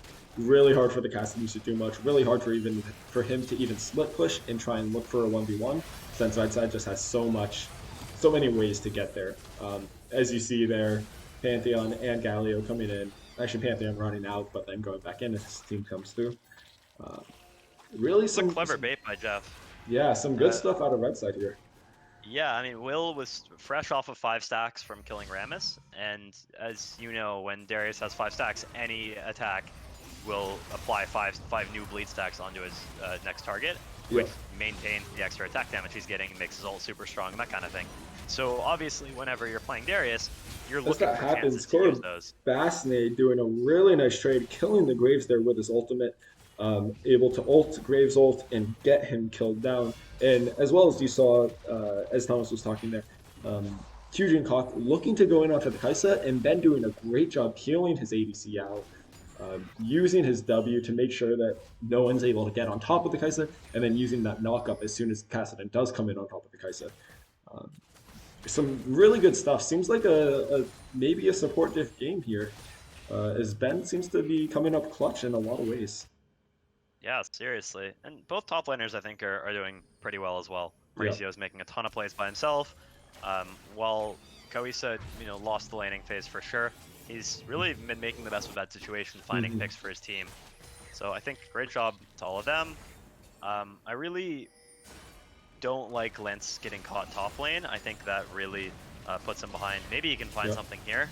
Oh, a nice W out by Geoff into his E and into his flash to stay alive there. A lot of players would have died there, but some quick thinking by Geoff and pretty creative plays there. I think you're definitely right there. For re-engage. Oh, what? I forgot my lunch is going in. He's trying to get his lunch back, but he kind of just ints that one as the rest of his team follows through. Geoff going in a little too hard here. He keeps him alive for a little bit, but goes down ultimately. Kaisa ult coming out, able to get onto the backline, get a kill, but does not go down to the Darius as the heal comes through. An Archer Boy looking to get good damage and kills Banthonic, but looks like the Kaisa and the Camille able to come out on top and get the full sweep as Kaisa now claims Dragon for that, and Corey Bassin able to push bot lane for that. Wow, I mean, what an all-out brawl there. That was just all 5 champs from both teams pretty much sitting on each other. Yep. I think that really just kind of displays the team comp difference here. You have picks like Camille and Kaisa putting in so much work in those team fights, where the rest of the team just gets to CC for them, block people down, tank for them, instead of excellent team fights like that. And then meanwhile, on blue team, you have 4 champions that all really want to be the star of their team. Darius, Graves, Kassadin, Vayne, all really looking to carry. And then Trundle, who's practically a bruiser thrown into the support role. There's really just not the same level of cohesion, and I think it really showed there. I mean, that was a really neck-and-neck team fight that Red Team just barely scraped ahead in. And I think it really comes down to team comp. I mean, neither team played that fight particularly well. They sort of just sat there and casted spells at each other. But, Red Team's going to come out on top in those just because their team is so much nicer. Yeah, I definitely agree with that. I forgot my lunch, kind of inting there, taking Blastcone over into 4 members and almost insta-dying. He's not tanky enough to do that yet. Didn't even get a taunt off, I'm not sure. Or I don't believe got a taunt off. He did have his ult, but you're right. Really, even though Red Side started that fight from kind of far behind because of their gold lead and because of that draft diff, did a great job in staying alive there. Looks like Geoff might go down here, however, as he tries to ult out, but gets stunned by Vayne, and Koro Basne able to kill the Darius on the bot side as his lead has just grown so much, especially after that last team fight. A really good job. I mean, it looks like picks being traded on both sides. Some good picks coming through. Seems like both sides playing this very well. I am going to be back in 1 second. It seems that our stream is lagging a little bit. Please continue to commentate, Thomas. Give us some more of your great knowledge and opinions on the game state and how maybe blue side can get back in. I'm going to run and try and grab an Ethernet cable and see if we can get this stream running a little more smoothly. All right. So right now it looks like a red team sort of positioning towards the Baron, maybe looking for a pick. Really just kind of playing the classic post 20-minute dance, where you don't want to go too far away from it. You want to maintain the threat that you might consider taking Baron. And it looks like right as Mauricio's TP is going to come up, he's walking bot lane to set up for a little split push. Really nice play from him, I think. He's got excellent ability to 1v1 the Darius any point he wants. Obviously has a superior engage, and while Darius normally is able to 1v1 a Camille pretty easily, with this kind of lead, Korobozan is going to be unstoppable here. So I think Lance looking to position towards bot lane, maybe going to shadow Kawisa as he enters the lane. Nope, looks like they don't want to take it. Honestly, probably a good choice. I think there's a chance that Korobozan just 1v2s them. Lance on the Graves really needs to farm up here. Doesn't have anywhere near the farm he did last game, and he also doesn't have the kills. So he's for sure feeling the pain, feeling a bit weak, even though he is stronger than his counterpart in the jungle. He's just not strong enough to carry the game, and that's really what his team needs from him.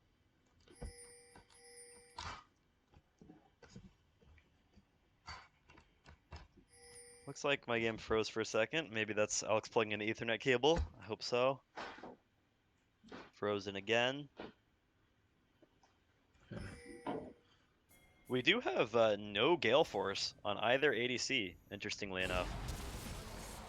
I think it's probably a good choice, just given, at least on the Kaisa, given that the other team has Darius, Graves, Trundle, so many people you want to shred through. I really don't mind the Kraken Slayer. Shield Bow on Vayne, I don't think is what they need here. I think it has to be Kraken Slayer.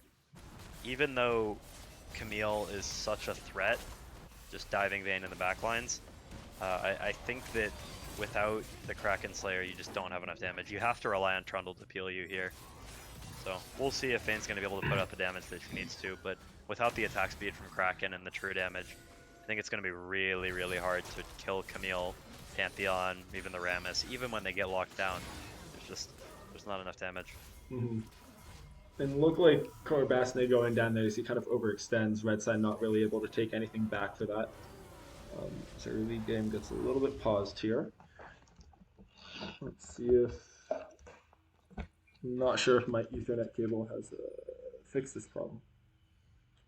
Seems it has not.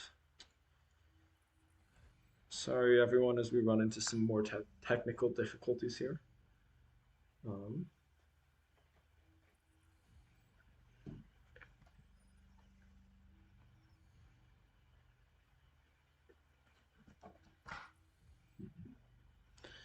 Thomas, can you hear me? Yes, I can. All right. I'm going to pause the game. Uh-oh.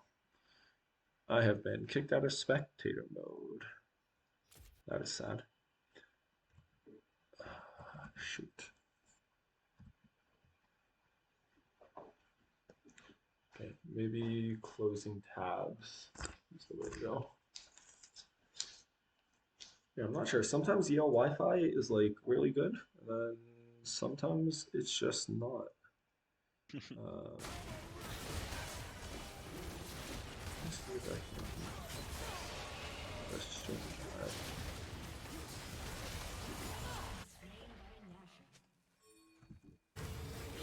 Then I think once I get back in, I'll go ahead and just rewind us a little bit here. Okay.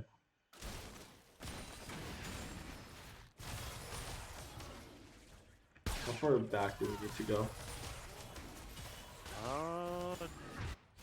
I don't know what the timestamp was. I guess we'll go back here to where they're taking Baron. Yeah. Sure, this is fine. Yeah. Okay, let's see. Is Streamlabs going? Streamlabs should be going. Alright. Hello, everyone. Hopefully, you can hear us. Sorry about that. We had a little bit of technical difficulties. Um, I want to blame it on Yale Wi-Fi. Maybe it's my computer. Maybe it's my poor settings on my computer that I have set up. We shall see. Who knows? Looks like Red Side has just been able to take Baron as Blue Side trades that for Mountain Drake. Thomas, do you want to give us maybe a quick recap of the past couple minutes and what you think each team is looking for as we continue forward into this game? Yeah, so it's really just been Mauricio, Korobozna, and Camille running around, absolutely murdering everybody on the blue team. That 10 and 3 As you can scoreline see, there. he's built himself up a 10-3 lead, a 3-level advantage on the Darius, and at this point, unless Jeffrey gets caught multiple times, like we just saw right now, I think it's going to be a very tough game for the blue team to come back in.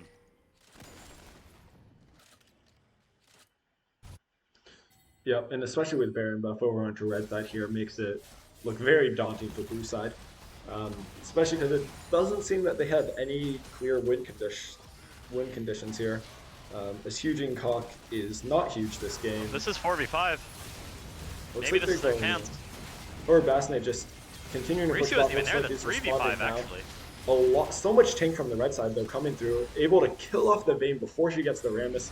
Mikala is able to just kite back. Ben doing a really good job helping his ADC kite. Oh, and a really clutch E coming out there, making sure that Darius is not able to Straight get up onto his ADC. 3v5. Rammus is disgusting. Yeah. I mean, he just single-handedly half health like 3 of them and killed the Vayne. That was, wow.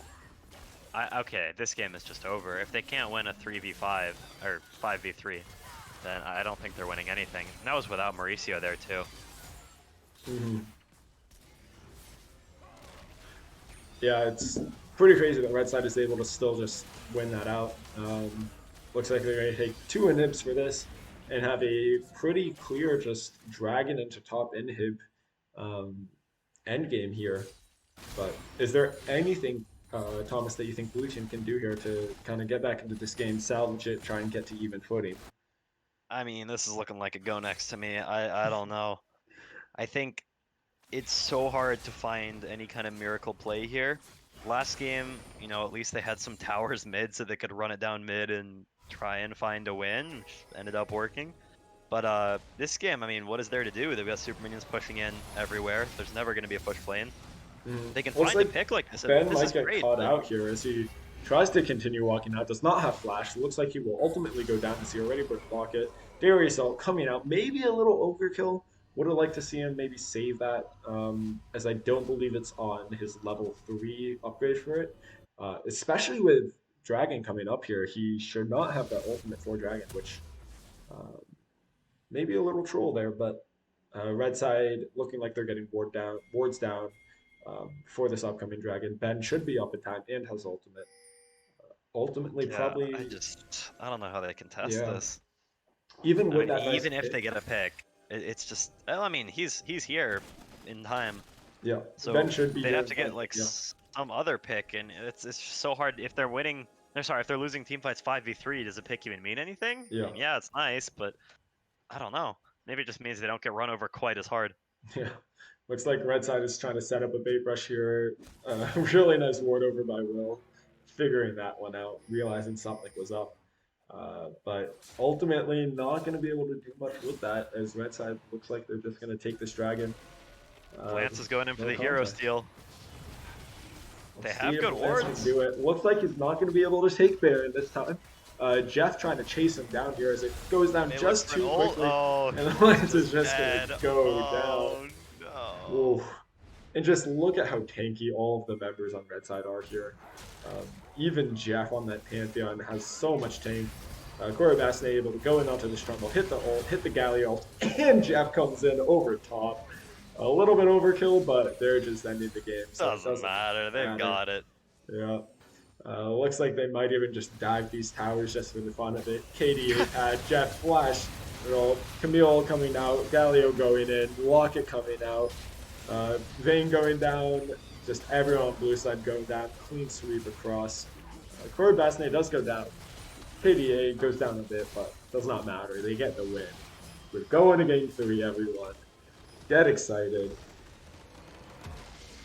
Wow, I mean, they finally get the win they deserve, I guess, for how they played the last two games. I I can't help but think that the series just could have been so much shorter. They're probably kicking themselves for losing game one over such a silly play. Yeah, But at least they know that they have a good plan going into game three, and really it's on Team Gut to try and shake something up. Both of their strategies just haven't been working. They seem to have a problem of just too many people all trying to be the carry, and they don't seem to have enough people willing to pick up champions like Galio, Pantheon, Aramis, just those supportive champions that can lock down the enemy team and yeah. really put space for other people to carry. It really seems that you're right, getting out drafted here. They're looking for too much when they should just maybe play a more conservative game and not go for these really heavy damage comps that are so hard to pull off, especially into such CC heavy comps and such like tanky comps, right? They had no way of killing that Rammus, no way of killing even the Galio support. Um, Felt a little bad for them. Yeah. As we continue here, what do you want to see each team kind of do? You kind of mentioned this for Team J-doot, hmm and maybe changing up their draft, refocusing on a more cohesive comp, a more comprehensive comp. Um, is there anything that you want to see out of Team Geoff or even out of Team J-doot? Anything more specifically? So I think I want to see Will on Malphite or Ornn. I think they need someone to stop playing carry champions, and realistically, it's probably Will. He's losing lane even on his one trick Darius, and well, I shouldn't say one trick on his main Mhm. Darius, and he obviously did not have the best performance on Camille, although it wasn't that bad. So I think he needs to start playing tanks, figure out something that's going to help his team in these team fights. I would like to see Eugene on something a little bit more supportive as well. Yeah. Even something like Syndra could totally work. I mean, Syndra is essentially a supportive mage nowadays. Her damage can be high if she gets ahead, but in general, her power comes from her ability to find stuns at such long range. Hmm. And something like that might just be what Lance needs to take the game away. Yeah. I think they need to switch up those two roles in particular because right now they're just eating up resources, trying to build carry, and then getting blown up in fights, and Yeah. nothing's happening. Yeah. I would From Jeff's team, I think they just need to keep doing the same stuff. continue forward. Yeah. I mean, yeah, keep I forgot my lunch on the Rammus. He's been absolutely killing Yeah. it on that champion. He's Except for and when he blast coned over. oh, I We'll mean, sure, like excuse that one, but he's like two-tier jungle gaps. Like Lance is a master player, and he's like plat 4, and he's making it look even. yeah, So there's gonna be some mishaps here and there, but overall, he's letting his team roll over the enemy team just yeah. from their gaps in the lanes, and that's exactly what he has to do. And I think we need to see some more of the laners on Team Gut take that same role and say, I'm just worse than my opponent, and that's okay. I can still be useful if I pick the right Hmm. champions. But they so far just haven't really Yeah. shown the ability to do that. I would definitely love to see Eugene, as you were saying, on a more supportive champion, someone that can kind of just hold mid lane, roam and help his jungler, help Lance, and just propel his jungler because that seems to be what could be their strong point. Lance seems to have been ahead in a lot of these games, but then is really unable to transition it as the team comp is just so all over the place. Um, I would also think that Team J-doot, the blue side team, should drop that Seraphine ban and instead ban the Rammus. I think, as you were saying, the Rammus has been pivotal in a lot of these different games and a lot of these different key moments. And maybe let through the Seraphine just so that you can get rid of that Rammus because it seems Hmm. to be making all the difference here. Um, Yeah, I mean it's really really hard to say.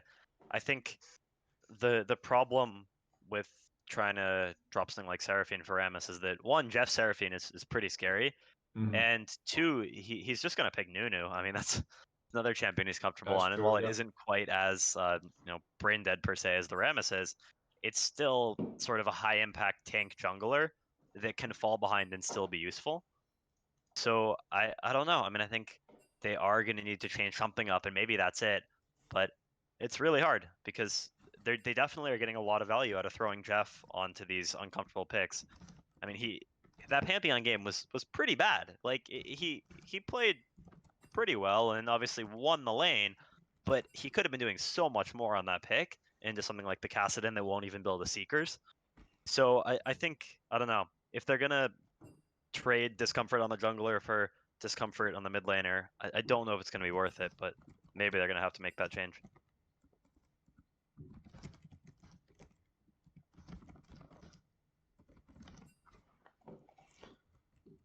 Yep. And so as we get into draft here, I think we should be getting into this in just a moment. Um, what are the specific champions that you want to see each team pick up, or are there any specific champions that you want to see either team pick up? I want Mauricio and Camille again, for sure. I mean, that was huge difference from the Alawi. I think Yep. it made He had agency. top lane winning by itself for them was great. His team fighting was great. I mean, he's great on the champion, and Hmm. I think picking something like that instead of Alawi makes a really big difference, especially just because of Camille's engage. I mean, they were able to force fights when they wanted to because they had something that could actually do that instead of Alawi, who just kind of sits there and takes it. Yep. I don't know. And maybe this is something, as you were saying, that comes into the blue side versus red side, and even might even be better for the red side, is when you have more comfort picks. If you have five comfort picks on the red side and blue side is only able to ban away three, you're able to pick up two of those, as we've seen with the Camille, with the Rammus, with other things of the like. Do you think maybe, given how few bans blue side has, it's more of an advantage to stay red side as they continue to pick red side here, or is What Team they're going Jeff for, I don't know. has stayed I red side? Yeah, I guess that's the goal. Wow, big ban changes. Rammus They're and giving Camille. That makes Anivia sense left though. off. If you're gonna give Jeff Anivia or Seraphine, just give them both. I mean, he can't play both Hmm. champions at once. So Yeah, actually, definitely I fair sort of enough. like that. They're making Although Mauricio a bit uncomfortable, and they're making I forgot my lunch a bit uncomfortable as well. maybe I would have liked to see an Anivia ban and then picking up the Syndra, because I think the Syndra into Seraphine matchup would be pretty good here. Whereas I'm not sure what else Eugene Koch is going to play into Seraphine that's not just going to feel really bad. Like Seraphine's picked up anyway. I don't know. I don't know if Cinder does in the Seraphine. I mean, it's kind of a boring farm lane. I think they both Hmm. have such high range and Fair, yep. not enough damage to really do much. I mean, if Seraphine manages to press W before Syndra QEs, then Syndra's combo's not really doing much. Certainly, So yep. I think that's probably just going to be a farm lane if that's what ends up happening. Classic But Kaisa Jin, it looks like. Oh, and the Hecarim. Hecarim coming out, I really like that pickup for Team Guts, especially without the Rammus taking away the Hecarim. I guess Lance doesn't play Hecarim, but I think that is a comfort pick for I Forgot My Lunch. Uh, It is. Although I wonder if Lance is going to be able to out jungle it a little harder just because oh, with Hecarim the is Lee more of. Sin coming out here. Sorry to cut you off there. You had been No, you're talking good. about this earlier. Do you want to go more in depth into Lance's Lee Sin here coming out for Blue Side? I think this is great. I think this is exactly what Team Gut was trying to do here. I think that they knew they had to shake things up in the jungle. I mean, their jungle gap was getting too hard countered by just Rammus as a champion. Hmm. So they ban it. They get I forgot my lunch on yes, a champion he's comfortable with, but it's Hecarim, which is sort of a duelist champion. So I do think that they found a matchup where Lance might be able to look for invades, find 1v1s, and Hmm. actually win them pretty easily. So I think this is good. I like what I'm seeing here. Yeah, and the Lux pickup coming out from Team Guts into maybe Seraphine or even going bot lane. I'll ask for your comments on that in a second. But what I want to talk about is this Jin pickup, especially into the Kaisa, when Jin normally feels countered, especially during solo queue, maybe less so during 5v5s as his team can play around Kaisa diving in onto the Jin. What do you think about the Jin versus Kaisa matchup? What do you think about the potential supports? How do you think each team wants to continue into this draft, and what are they looking for? So I mean I don't really mind the Lux pick. I'm pretty sure that's a support pickup. I don't know how well it synergizes with Kaisa. It doesn't sound particularly great to me, but also doesn't seem that bad. I mean they're really just playing to scale in that lane. I think. Um, Otherwise, yeah, I mean, I think Jin is going to have a tough time late game. He doesn't have the Pantheon Rammus kind of stuff to protect him like he did in the last couple games. Hmm. So I think maybe we're going to see some more chaotic team fights where a Yeah, nice Lee Sin kick or a yeah. nice Lux snare leads into a Kaisa ult and we get some explosive fights. So I'm liking this way more for Team Gut here. I Yeah. think they have a much better chance when the draft looks like this than when it looks like game one or game two. Yeah, with how bloody these games have been, the Lee Sin should really thrive, especially with his W lifesteal, his Q damage and mobility. Just really a great pickup. And if what you were saying was true about Lance, and I fully trust you on this, but I can't wait to see it myself.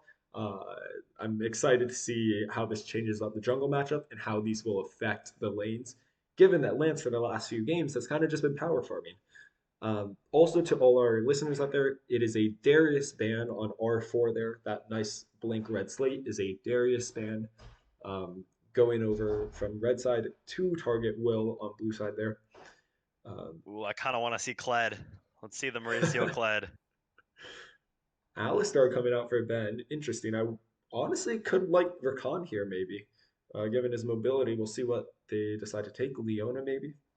I guess Rakan is not in a Yeah, great spot this something like match. Alistar Leona is, I think, what they need. They have to have a way to Mhm. prevent dive coming out of Guts. Certainly. And yeah, Leona's a great pick for that. I mean, just your Q is Yeah. such a strong tool that the enemy has to respect. Yeah. The So amount of I CC like when that. you pull up your death chart after Leona kills you and you see like 4 seconds of CC and you just go, what in the world, right? Yeah, it's Uh, brutal. oh, and it looks like we might get the Vi pick out of the mid lane here, out of Huge and Conk. What do you make of this? Ooh, I mean, into Seraphine, I don't know. I think it does have a lot of potential to set up ganks for Lance if they can get Seraphine to push in a little bit, and then just have Lee Sin plus Vi obviously with the guaranteed lockdown with her ult, and then Lee Sin with the follow up from the Q. They're gonna have more than enough damage to just one shot Jeff. Yep. So I think there's definitely a lot of potential there. I am a little nervous that he's going to take too much poke damage Yep. and potentially just get killed early on. So we'll see. I mean, it really depends on how well he can play this. I But definitely agree with you on that. yeah, I mean, I think it's got potential. Yeah, I used to be a Vi main, Vi jungle, but especially mid lane, especially into Seraphine, right? The big damage and the gap closer is the Q early on until you get ultimate. Um, and the charge time on the Q is long, the slow you get from your Q is long. And if Seraphine just ease you while you're in your Q on Vi, how are you going to hit that, right? Seraphine just walks away, clicks E, then W, and just walks away from you. So really a lot of skill here is going to have to come out of Huge and Cock to play into the Seraphine, to play into this kiting champion. Cho'Gath coming out last pick for Red Side. What do you make of these two team comps on a whole, Thomas? Interesting. Sorry, that's an interesting question. I think Guts once again doesn't really have many, tanky supportish champions.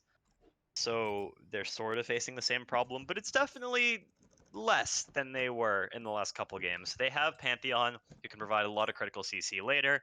They have Lux, who's obviously sort of a supportive champion, although, Pykel is taking her support.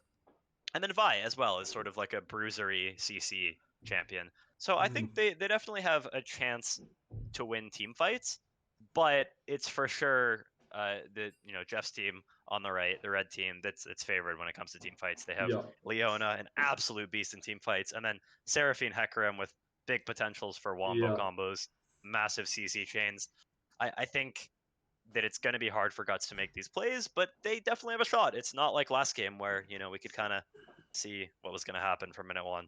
yeah. I definitely agree. I think mid game and into late game, the Jeff team comp looks really, really good here. You're right. That Leona, the Cho'Gath, the support of Seraphine, Hecarim ults coming through, all of that can be disgusting and really devastating during a team fight. But early on, if Team Guts, if Team J-doot, which is the blue side here, is able to accelerate the pace of this game, get a lot of skirmishes going on early, all of their champions are going to thrive here, right? The Lee Sin, the Vi, the Pantheon will do really, really well in those early team fights and may be able to push a lead off of that. Um, Yeah. do you think, and I'm going to focus in on bot side here, the Kaisa Lux versus Jin Leona, and then maybe chucking in those junglers, how do you think that's going to play out? How do you think the Dragons are going to play out? Because that's been a big point of contention throughout this, and a good way of one team forcing the other team to come to a fight, right? How do you think that's going to play out? What team do you think is going to have the advantage? How do you think the other team's going to respond? How should they respond? What are your thoughts on this, Tom? I mean, I think when it comes to dragons, Lance should have the advantage in the jungle. Lee Sin is a stronger early game pick than Hecarim. Vi should be much stronger early game than Seraphine is. And honestly, the bot lanes look somewhat evenly matched to me when it comes to early game fighting. Not much of a bot laner, but I think probably about equal. Maybe Jin Leona a bit favored, but I definitely think that if Dragon 4v4 fights ever come out, it's going to be blue team that gets the advantage. So I hope that they can use that to get a couple dragons, maybe force some fights on their own terms later on in the game, where they can Mm-hmm. maybe trade dragon for soul, or Yep. sorry, trade dragon for baron. Just threaten to take Yep. soul, things like that. So I would hope that they're able to press that advantage early. However, obviously, Jin Leona, super explosive bot lane. If you Yeah. have Hecarim coming in, there's a chance to just one-shot the Lux or the Kaisa Mm-hmm. or anything like that, if there's ever a gank. So Yeah. I think there's counterplay from both sides, but overall, if we see something like a 3v3 or 4v4 on the bot side, I would hope blue side comes out on top. I Yeah. mean, they really have to if they're going to be able to win this game. Yeah. And especially level six, once Hecarim and Jin Leona hit six and maybe even get their first item, that spike just feels so much better than the Kaisa Lux Lee Sin as Red Side is able to just barrel forward and just go in onto them. One Yeah, point Moonstone completion is going to be big. mhm. One point I want to bring up here is that it seems in Glance, in Void Owl's recent games on Lee Sin, he's going Eclipse into Ravenous Hydra. What are your thoughts on this? Do you think this is what he's going to look for this game? Do you think he should change it up? Um, how do you feel about that? I mean, this is a gore drinker game if I've ever seen one. I think you Hmm. need that sort of sustain because your team has no tanks. Realistically, Eugene Koch, we've seen his Vi, at least, or I've seen it on his OP.GG, and he goes full crit Hail of Blades. So he's not going to be the tank that his team needs. Pantheon, needs to build damage top lane into a Cho'Gath. You're not really building super tanky until maybe late game. Lux, obviously, super squishy Enchantress support. So you need to be beefy. I really hope he goes for something like Gore Drinker into Sterix, Yep. with some Merc Treads mixed in to reduce all the CC. We should really be seeing Mercs across the board here, and I think maybe if their Bruisery champions can build a little tanky, a little towards sustain, then Yep. maybe they can find some better team fights. But I don't think Eclipse is the answer here. There's just not that many people that you can actually burst down. Yep. Hecarim is a pretty tanky bruiser, and yeah, you can win the 1v1 as Lee Sin, but not with, some kind of Prowler's Mhm. Claw or Eclipse sort And of thing. definitely not as the game gets later on and Hecarim's able to Right, get an for armor sure. item. Yep. Um, and as you brought up there, actually, yeah, Hyujin Cox Vi has the two items that it seems he builds is Shield Bow and Eclipse. Would you like to see him build a Gore Drinker this game? Or do you think there's another item that could work well here? Maybe a Divine Sunderer, or something of the like, or a Triforce even. I've seen Vi so little to be honest. I don't know what the dominant mythics are on her, but I think really anything that he can build a Sterix second with is the Mhm. idea. Sterix is such a strong item right now. I mean, Yep. really any AD bruiser champion should always be building a second item and maybe third if you have some really important items to get, maybe on like a Jax kind of thing where you got to go Bork and Triforce. But in general, Sterix second item on every single bruiser is insane right now. So I really hope he's able to find that purchase within him. I was disappointed in the lack of a Seeker's Arm Guard last game.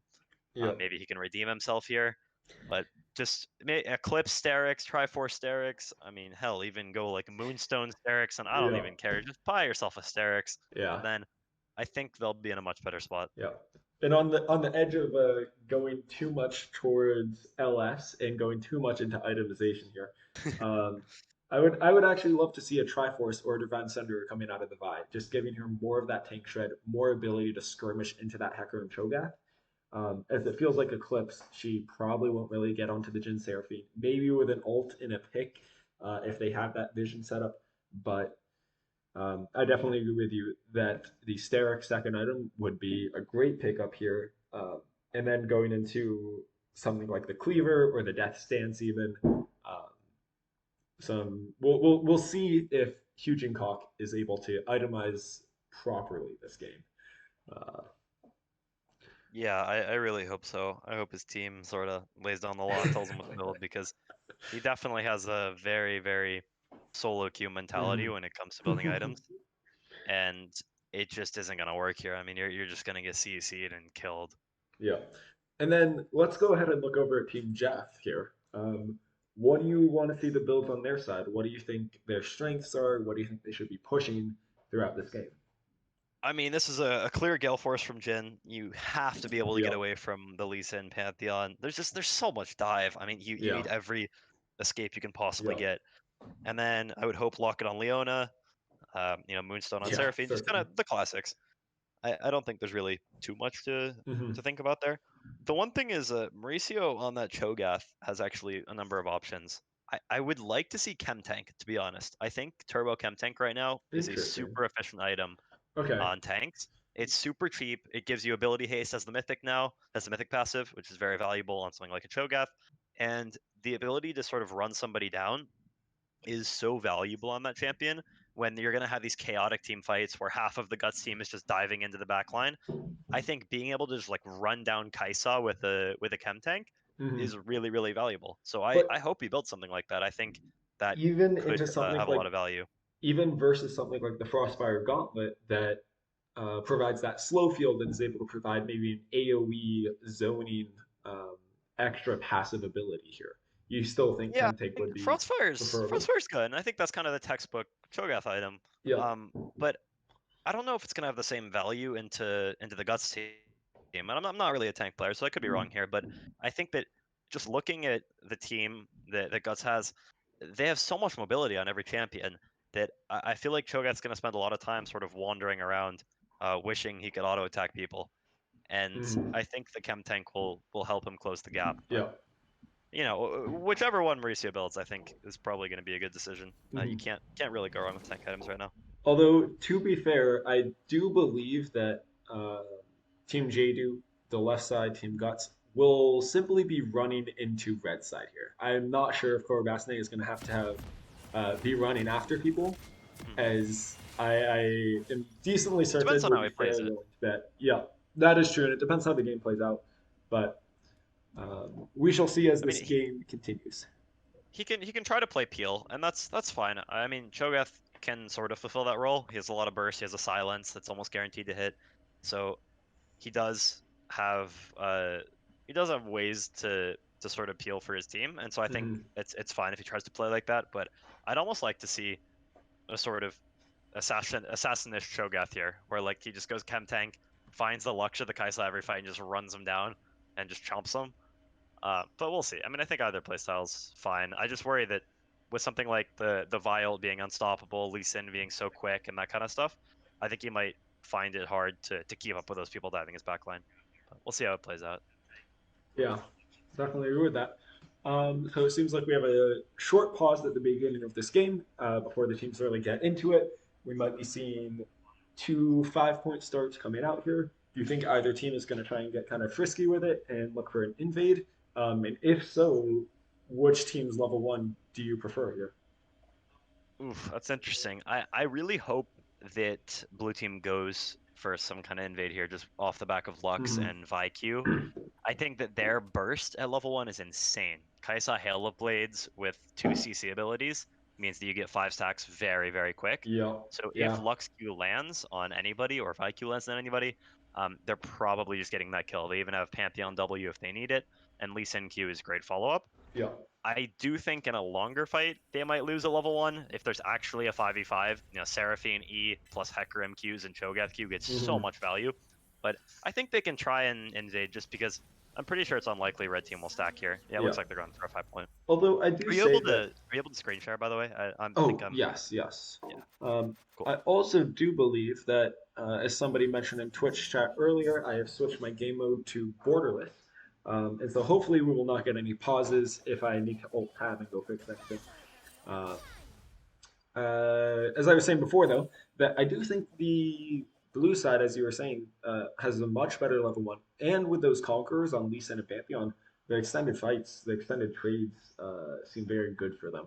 But it looks like we will have a I sort standard of wish start here. they tried something here. Especially with the CC that they have from Pykel's bind, that Hmm. long range CC into Pantheon W. But looks like we're gonna have a very standard start here. Lee Sin looking like he's gonna go red. Um, looks like Hecarim's going to start top side, and they're going to have a split jungle here, in path opposite of each other. Do you think there's any chance that we see a vertical jungle here? I think it's probably unlikely. I mean, neither team knows where the other one's starting, so Hmm. I doubt we're gonna see anything spicy. The one thing that I think is worth commenting on here is we have double ignite on blue team in their solo lanes, Yeah, and it's yeah. double teleport on the red team, which means that Oh, blue Eugene team missing that should too. be looking blue Sorry team about should that. be Yeah, looking for kills early on. And actually, I yeah. really like Lance's decision to path top here because I think they definitely have more kill pressure in those ignite Mhm. lanes than they do Yeah, in bot lane. especially with that Pantheon and wanting to get that early lead and snowball through. Um, and to be fair, I don't hate. I forgot my lunches pathing here either because going onto that outline, going in with that Leona, making sure that Lux isn't able to just push them under tower and abuse them is very beneficial. Uh, but we shall see here as the game develops. Ben looking for that level 2 advantage, but Archer Boy hitting it really quickly for some reason there. I guess Pykel was not in range for the very early EXP. Ben hitting a nice Q on, Ooh. getting the, sorry, in E and then the Q as Jinru comes through. Fourth shot goes on to Pykel, not able to do much. Korobasna able to easily dodge out of that Kalisa Q as Hyujin Kok goes in, hits a nice 5Q, but Kiritoga able to very nicely trade back in turn. A lot of nice trades coming out early here. What are you looking for over this next minute as the two scuttles spawn? I'm a little concerned about that top lane. I think Will really needed to get the kill there. The Yep, fact that he missed his Q even after flashing and igniting means now he has to recall. He's on no health, no pots. And Korobosne with the teleport just teleported back in. No harm yep. done. So he is going to be suffering as the Pantheon here. Hmm. Now into a D-field refillable Cho'Gath that's on full health is going to be a level up on him after the back. Certainly, So yep. he's losing out on a lot of the time in this matchup where you're supposed to be pressuring the Cho'Gath as Hmm. Pantheon. But Lee Sin being top here, having that path topping and getting that early scuttle crab. Actually, it looks like that scuttle crab went over to Korobasne as we see the red scuttle crab on the map. Looks like he Wow. was able to. Oh, Oh, never with the mind. Just the ward. ward. Just the ward. I'm faking you out. Never mind. Um, but Corvasne maybe not able to pressure that as much as you might have want. I forgot my lunch coming in here, forcing the flash out of Huge Cox. He overextends, burns his flash, does not burn his ignite onto Geoff. Blue side looking for, or red side looking for a nice ward, knowing that Lee Sin is going to be bought here after his recall top side. You can find a kill here. Yeah, Geoff getting a I think really nice Eugene wins through. this. Eugene coming through, able to throw down the ignite. Geoff with That a good is that flash kill? out, just One might more. go down. Huge. Huge. Just too huge. Just too huge. Ben flashing in. Nice E. Follows the Kaiser through her flash. Mortalis able to hit that root as they hit the kill and able to go onto Pykel. Dark Harvest coming through. Fourth shot and Q should be enough. Is enough. And Cho'Gath getting the kill top line. Really well done out of red side here. Just barely winning out on these early skirmishes that blue side should, just based off their champions and runes, be winning out on. How do you think this is looking for each team? How do you think this game is going to develop after these? Wow, I mean, so many things just went wrong there. Geoff did not respect the Vi burst at all. I think he should have been able to see that that was about to happen, and Mm-hmm. once he lands his E route, he needs to run far Yeah, away. He has flash advantage, which is great, so, Vi doesn't have any extension on the Q yeah. range. I would have loved to see Um, Geoff flash that initial Q, especially as he True, sees the that too. charge. It's Maybe could so have much killed of the Vi's Vi. damage. It's so much of Vi's damage. Vi doesn't get the stack, isn't able to get on Geoff. But sorry, as you were Doesn't get the saying, Q, doesn't get the passive shield either. yeah, we have I mean, lots of things to yeah, break down here. So mid lane, and then also that bot lane play and the top lane play. If you want to run us through that bot lane play that happened. sure. I mean, I think that's kind of just what that bot lane does if Leona manages to get a nice E. They Mm-hmm. definitely have the advantage in early fights if they're able to find the CC. So Yeah. great job on their part finding that, making that play. Top lane I think was interesting just because Will didn't actually back when I was Yeah. commenting about his TP and or his lack thereof, Mm-hmm. and how that was going to make him go down a level. Instead, he chose to stay up in XP, but not back, even though he was on 200 health and no corrupting pots. And Mauricio was able to find the punish, get the kill, and make it so that he's now just in a losing lane. So I don't know. I mean, I think this is really, really bad news for the blue team all around. Just Certainly. Yep, and seeing that early gold difference, especially on that ADC with those two items. Oh, is Oh, Huge and caught going in here, hitting the ult, hitting the Q afterwards, able to get a nice auto reset. But I forgot my launch coming in, getting the kill, even though Lulisin is there. It looks like Jin going down to the Kai'Sa, Seraphine roams mid. Wow, lots of action across the board. And surprisingly, blue side, again, not really coming out too far ahead on these early skirmishes that we would have liked to see them come out on top on. I mean, Um, at least they got the Jin shut down. That's I don't really know what Motella's. I mean, I didn't actually what see what Bentonic happened, was. so maybe he got yeah, Mhm. maybe he got caught up by a stray binding or something. But I think he was just way too far up Yeah. for being down a Leona. Looks like So Lux Flash is down, so it might have been a Flash binding okay, with Motelos that not makes having sense. Flash there. Yeah, great play by Pykel then to find the flash binding when they knew Leona was mid. Because that return kill makes it so that they didn't actually lose that much there. I mean, they were down 1k beforehand. They're down a Mhm. bit more than 1k now, but getting the shutdown plus the assist, that's good stuff. And it puts Kai'Sa back into the game. The Yeah, spot where she's almost even with Jin. And now maybe certainly. they have a win condition. Certainly. In a spot where Jin was 2 kills up and they should have been able to continue pressuring that bot lane, maybe you're right that Bentonic might not have been supposed to go for a roam there, given that I'm not sure if he even contributed to the mid lane play. It may be staying bot, preventing Pykel from getting the binding, preventing bot lane from getting that Kai'Sa back into the game would have been better in this scenario.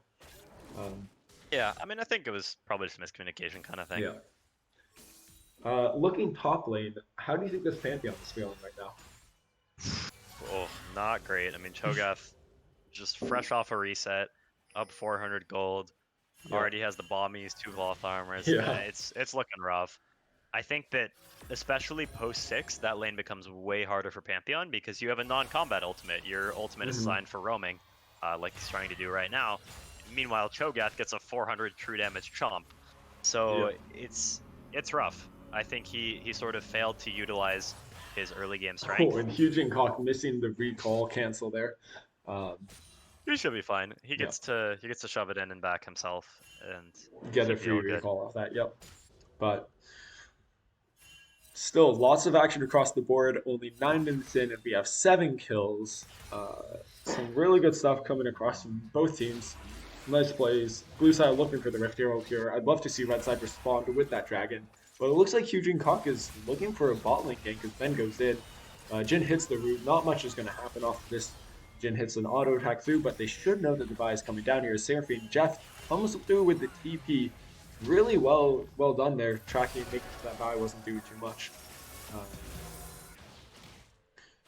It looks like they're gonna get Dragon off of that, which is mhm. yeah, that's what they should be doing with Lance topside. I do wonder if they could have baited Eugene there. I think Geoff TP'd a little bit early. They had Hecarim maybe Yep. 5 seconds behind Eugene coming down the river, Mhm. and if he went for that play and then Geoff TP's right after Vi commits the ult or something, I Yep. do think they could have gotten a really nice Yeah. little bait there. But I mean, Especially with what both happened flashes on happened. bot Not lane. bad. Yep. Looks like Yeah, Core for sure. Bastion is going to have to blow flash here as Void Owl gets a really nice pick there. Bot lane coming through here. Archerboy able to ult behind Pykel. Pykel takes that fourth shot, has to use the heal though, as Hyujin Kong looks to go in onto Geoff here. He still does have that ultimate up, Ooh, but the looks like dive. top lane as the dive comes through. Hugh, Oh Core Bastion able no! to get the double kill. Oh, that feels so brutal. Archerboy flashing forward. Ben's not able to get that stun off in time and there's no heal from Metalis. Looks like Metalis going down. Bentonic still has flash, should be fine here. Should get out for free. But wow, really just a blunder topside. Eugene's going in mid. Season goes in mid. Duratoga able to hit that ultimate. Get the oh wow. Really just rolling all over the place. Lots of action as I forgot my lunch even comes through and kills Archerboy on the bot side with his ghost and his E. Just lots of stuff going on, lots of trading back and forth across the map.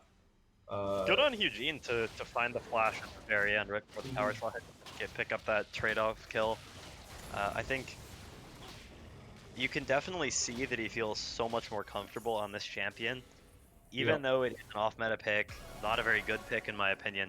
He's at least able to make plays on it and feel comfortable, and I Hmm. think that's really showing. And while he doesn't have much of a lead to show for it, he isn't losing, and I Yeah. think he's going to be impacting the game much more than he would on the Kassadin or Hmm. Anivia. Certainly. Although it looks like he's going to be going for that shield though this game, and I honestly would have loved to see him on something that's more of a tank killer item. Given that he's probably not going to get on the back line, given that shield bow probably won't do too much, um, as we have a brawl breakout here in the mid lane, Kawisa ulting in behind, able to quickly run out of there as Geoff misses his root, and nothing comes of this. But as I was saying, I would have loved to see Vi take a Divine Sunder or a Triforce or something that's more of a brawly item. Because it feels like Shield Bow just won't be too useful here. Do you have any thoughts on that, this itemization here? I don't like it. Shield bow is just it's just not a very strong item right now, except for on champions that it synergizes super Mm-hmm. well with. Something like Samira. Samira. Yeah, I mean The even classic. like you could argue Yone, Yone, Yasuo, yeah. that kind of thing. It's getting some really big buffs tonight, so Is I it expect it really? to become more mainstream on ADCs in general, and maybe even picks like Vi. But in general, I think you can get some more value out of something like a Yeah. Triforce. As you were saying though, it looks like Lance Whoa, Void Owl that's an going for aggressive that flash. Gore Drinker, which is very good here. His Yeah, gank bot good lane not pickup. able to do much, but that Gore Drinker coming through, which is good to see. And Kawisa's still going for Eclipse as Huge Caught goes in here. This is the Oh, you Q. How do you missed do that? Oh, he greeted too hard and didn't auto reset well enough. Oh, and a really nice binding from Michael, but it's not going to mean much as I forgot my luck, still able to come through, get that auto click E off, and take the double kill. Actually, only one kill as Ben Thunder takes the other kill. Um, I would have liked to see Ben give that over to I forgot my lunch. I'm not sure what took it there, if it was Aftershock or his W passing maybe. But if it was an auto, I'm a little upset. Is I forgot my lunch continuing the play with one level up on Houston as he goes down there and has Bentonic right behind him. Void Owl looking for the kill as Ben flashes for it, misses the E, and it looks like Hyujin Cock able to get the kill using his Q and Ignite, and he might continue on to Bentonic as Spirit Pagan throws out the ultimate here. Looks like Hyujin Cock will go in for being too greedy there and not realizing that Geoff is right behind that corner, but um, looks like we have It's a just a slight solo win. queue game and a half right here. Yeah. I mean, there's kills everywhere constantly. I Just think wait 2 more minutes in and we'll have all 5 players mid lane just brawling it. But as you were saying, what do you think each team is going to look for here? Dragon's coming up in a little bit. so. I think, yeah. I mean, overall, it's really just red team's game at this point.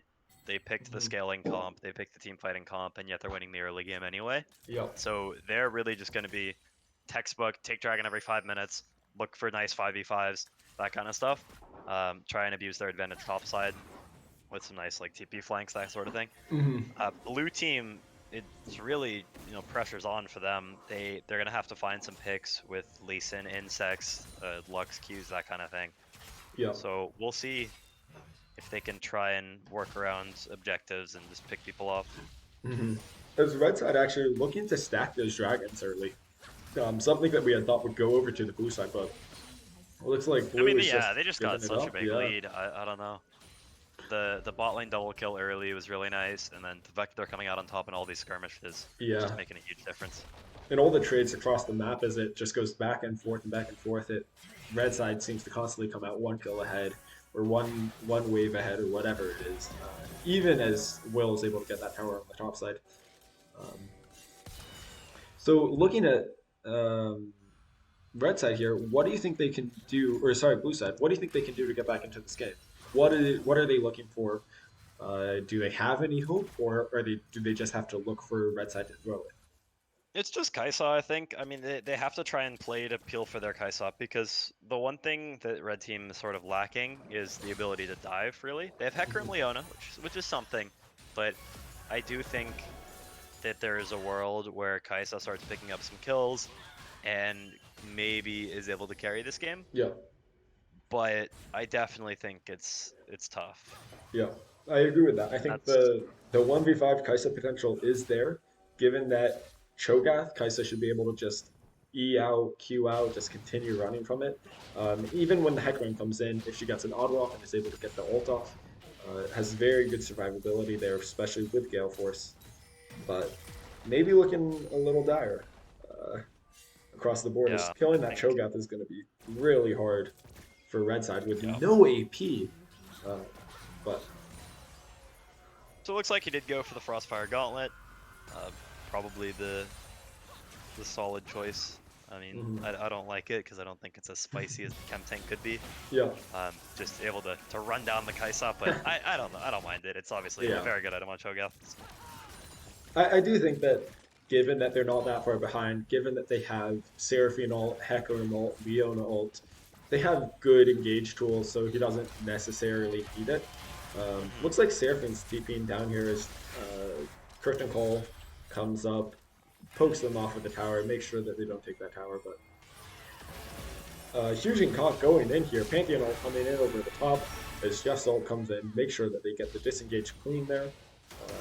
Cho'Gath getting the TP Oh, through. They're looking for the fight here as Mortalis comes in, uses Gale Force. Hyujin Kok going in onto the backline, trying to get that Geoff there. Does not get the last auto off. Heal comes through for no. Actually, I guess at the end. Oh, but the Kaisa W sniping. You got the American sniper out here. The red side comes out on top of this play that blue side looked to force. Uh, I mean that's good, but they got a Kaisa shutdown. I don't know. yeah. I mean, obviously the fight doesn't look great. It's a lost fight overall. Hecarim is just Mhm. rolling over Lance here, Lance but having to ult him out there. Will he take the Q? He will not take the Q. Red side claims bot tower. I forgot my lunch. Looking for the ult. Geoff okay, going back in with Lance. the flash Q. Hits the tower shot, hits the autos. Nice job from Lance. Really well done playing the kind of at the edges of the limits of his champion there, but not sure if it'll amount to too much here. Yeah, I mean they're finding plays. They're not too far behind. It Mhm. still looks very dire for sure, but They're not just rolling they're over. not out of it yet. Yeah. And Huge Inconk, I will say, looking a little better than he did on his Kassadin and on his Anivia. He's making some plays, doing some things. Cho'Gath, knockup coming through here. As Pyko has a nice thing. Archerboy flashing over, looking for the shutdown of the house, but there is no shutdown to be had there. As Menthana comes through and gets the kill with the CC and Ignite. Metallic's using the flash here. Korobasne flashing in, going forward here. Menthana missing the ult, but still zoning the Pantheon back. As the Seraphine ult comes through and hits the Lux. The Dark Harvest going over to Jin, but the kill going over to the Seraphine. And it looks like Lance Ouch. might be caught out here. He's able to get out with a really nice Q into a war jump there, but wow. Red side just looking like they're getting everything plus in all these fights here. Yeah, that was an aggressive play by Archer Boy. I think maybe a risk he thought he sort of had to take to try and make Hmm. a play happen. Can't really blame him for trying, but really just they had too much. The Seraphine and Leona on the other side of the wall. Yeah, It's too good at locking him down. yeah. You know, it is interesting to me that Geoff opted for the Ludens on Seraphine this game. Hmm. Traditionally, I think it's more Moonstone Renewer, especially when you have picks like Hecarim, an immobile ADC like Jhin, just like champs that really benefit from the healing. You tend to opt for Moonstone, Yeah. but I do like that he's playing the champion in a more traditional mid lane role. Hmm. I think he's doing what Riot intended with the Yeah. champion, even if it might not be best strat right now. Ooh, as a nice Pyko bind comes through, Void Owl going into the background, getting the ult off, and they do claim Mortalis as their prize there. As Radside is now here and ready for the fight, looks like they're just going to disengage. However, might have to give up this Ocean Drake here, as we finally do have an Ocean Soul on the board. Red side with two dragons, of course. Korobasne looking to get in there is not able to. Kawisa might go down here as he does have flash. We'll get to the wall. Might get CC'd down, does not get CC'd hard enough or not well enough, I guess, not CC triggered well enough, and is able to flash out. Blue side with a nice pick into Drake there. Yeah, I mean that's what they need. They got the kill on the Kaisa. They got the dragon, stalling out the game a little longer. The dream is alive, Yeah. even if it's Even if it's a little probable. desperate, a little dire, yeah. Yeah, I mean the Cho'Gath build at this point is really Yeah. exposing the They weaknesses just do in the no enemy comp. damage. And that Brutal. Seraphine ult, really nice, hitting both people on either edge. Kawisa coming in with the Pantheon ult, but not able to do anything there. Yeah, I mean this has Wow. got to be a Nashor's game from Kaisa. I think Cho'Gath just has Frostfire, Thornmail, Yeah, Tab Eyes, and is building another Cloth Armor item. certainly. that's the problem with the Vi mid Yeah. pick and the all AD jungle pull from Yeah. Lance. And again, this is why I would have loved to seen Divine Sunder on this Vi, because Shield Bow, again, not doing much. It's not even he's not even really getting onto the back line and able to like use Shield Bow at all. Divine Sunder here would help her kill that Cho'Gath, help her try and fight it. Or even a Triforce, giving her more of that percent health, more of that armor shred that she already has built to zero kit.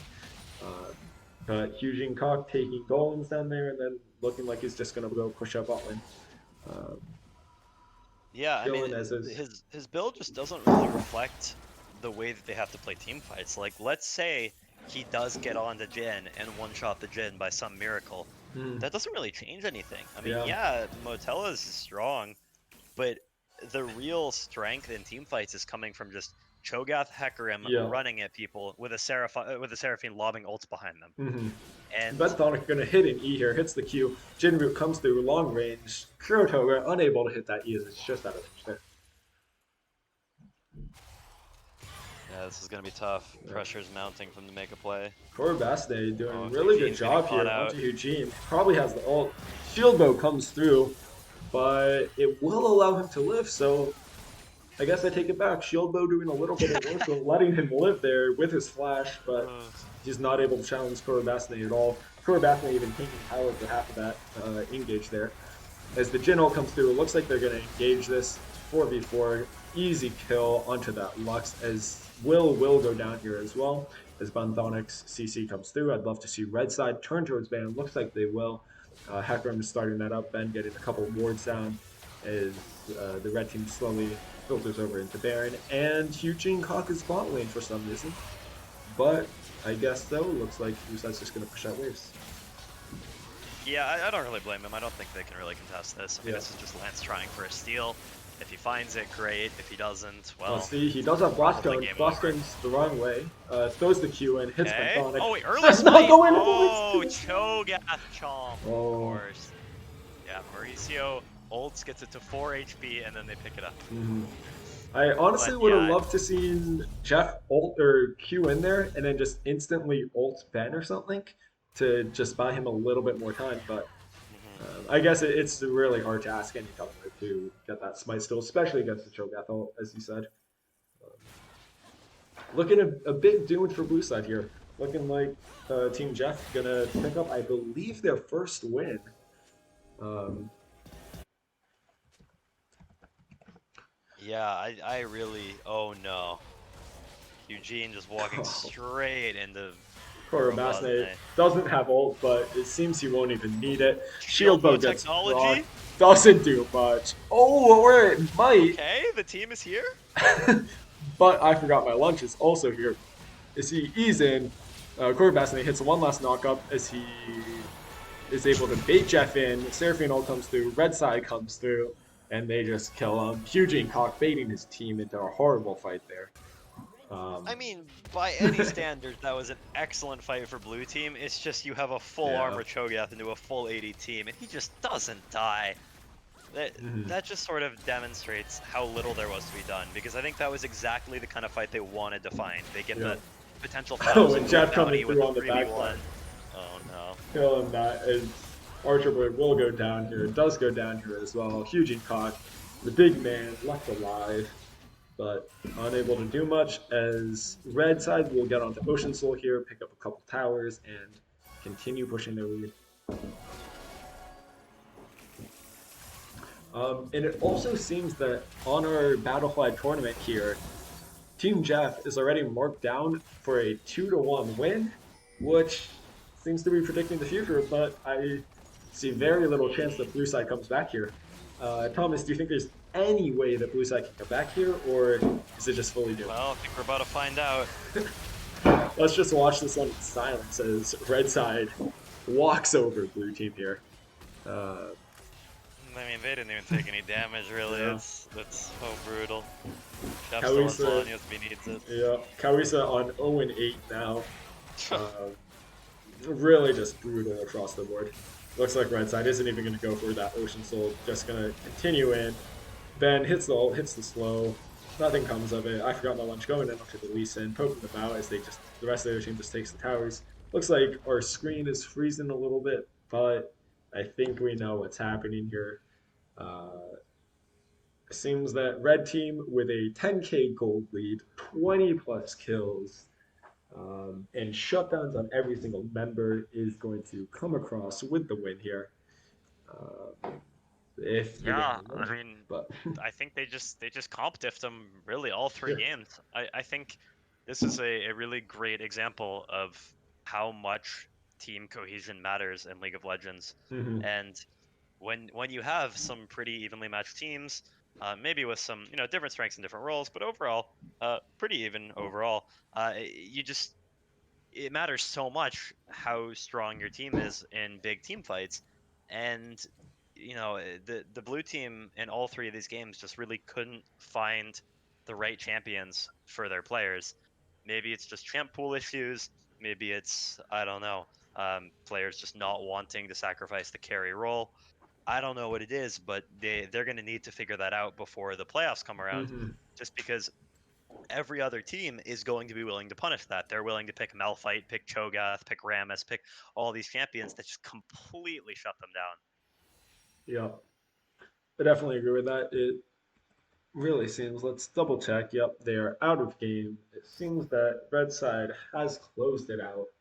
Uh, I definitely agree. The drafts were just absurdly good for red side here.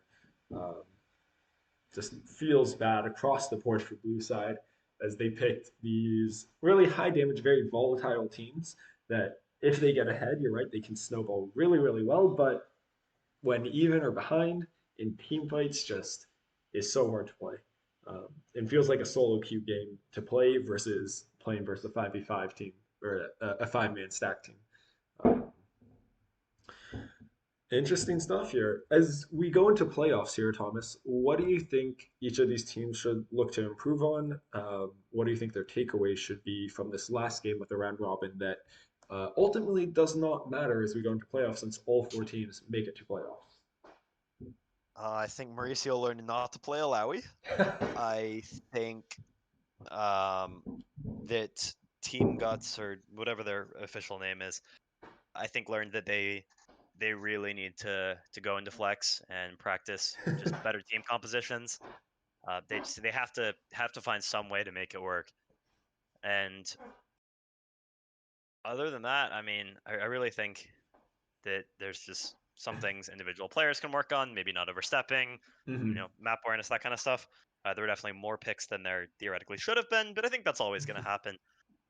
Overall, the easy to fix stuff is really, yeah, just those team compositions, really Yeah, considering the value of each and every pick before committing to it. yeah. Because while it does matter that a player is comfortable, I mean, we were talking about how Eugene definitely looked better on the Vi, Hmm. it's still really problematic. Once you get to post 25 minutes, I don't care how comfortable you are on Vi mid, it just isn't going to do anything.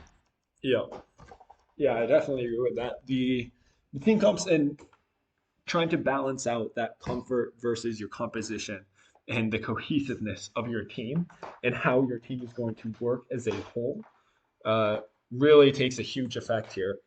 And I guess that also kind of bleeds into the itemization and me at least wanting to see Eugene build a more tank killer item and focusing more on the team as a whole. And I guess that kind of goes across the board that these are not solo queue games, right? These are 5v5s, which is now it can be very different. And you can have some really good macro calls, as we saw from Blue Side, or Team J-doot early on in those first few games. Um, or your team comp in your draft can really just win you the game, as we saw from Red Side here. Um, Yeah, overall, some good games. I think it was an exciting series, especially with the game one little surprise backdoor. mhm. Definitely fun to watch. Fun to watch that huge wall coming through. Um, in terms of I guess like player of this series, is there anyone that you think really stood out throughout this series before we kind of wrap up and uh, move on here? Well, I mean, I think it's close. I mean, Mauricio obviously standout performances games two Hmm. and three, just Really pretty well done much top threw lane. his team on his back. But in general, I honestly think I Forgot My Lunch impressed me the most. Every single Really? game, he felt just as strong, if not stronger, than Lance. And yeah, Yep. he got some counter picks, he got Rammus, but he really showed up when his team needed him to, and he won the matchup that was supposed to be super unfavored for them. So Yep. props to him. I mean, excellent games today. I think he probably made the biggest difference in securing his team these Hmm. wins. And certainly, given that with the balancing of the teams, one of the the big aspects of that, right, was balancing out the ranks. And given that he was supposed to be a weaker player and he came out so strong throughout these three matches, you're right, it's just so huge and makes all the difference. Um, yeah, great stuff out of him, and great picks as well. I think that Hecarim and those Rammus picks really just doing great. I loved seeing Team Jeff with those really tanky picks, but with enough damage to come through and win out those team fights, win out that late game scaling. And yet they won early game, so they didn't even need it. But um, Great games all around. yeah, It was a pleasure to cast for sure. definitely. Really fun. Hopefully, I believe we will have playoffs going on next weekend, maybe a little bit farther down. Everybody, please stay tuned. It seems we've uh, already lost a few people, but everybody, thank you for joining in today. Has been really fun, and thank you, Thomas, as well for being an amazing caster here. It's been great. Thank you as well. I mean, it was super fun. Yeah, hope to do this again. Have a good night, everyone. Stay safe, and yeah, cool. All right.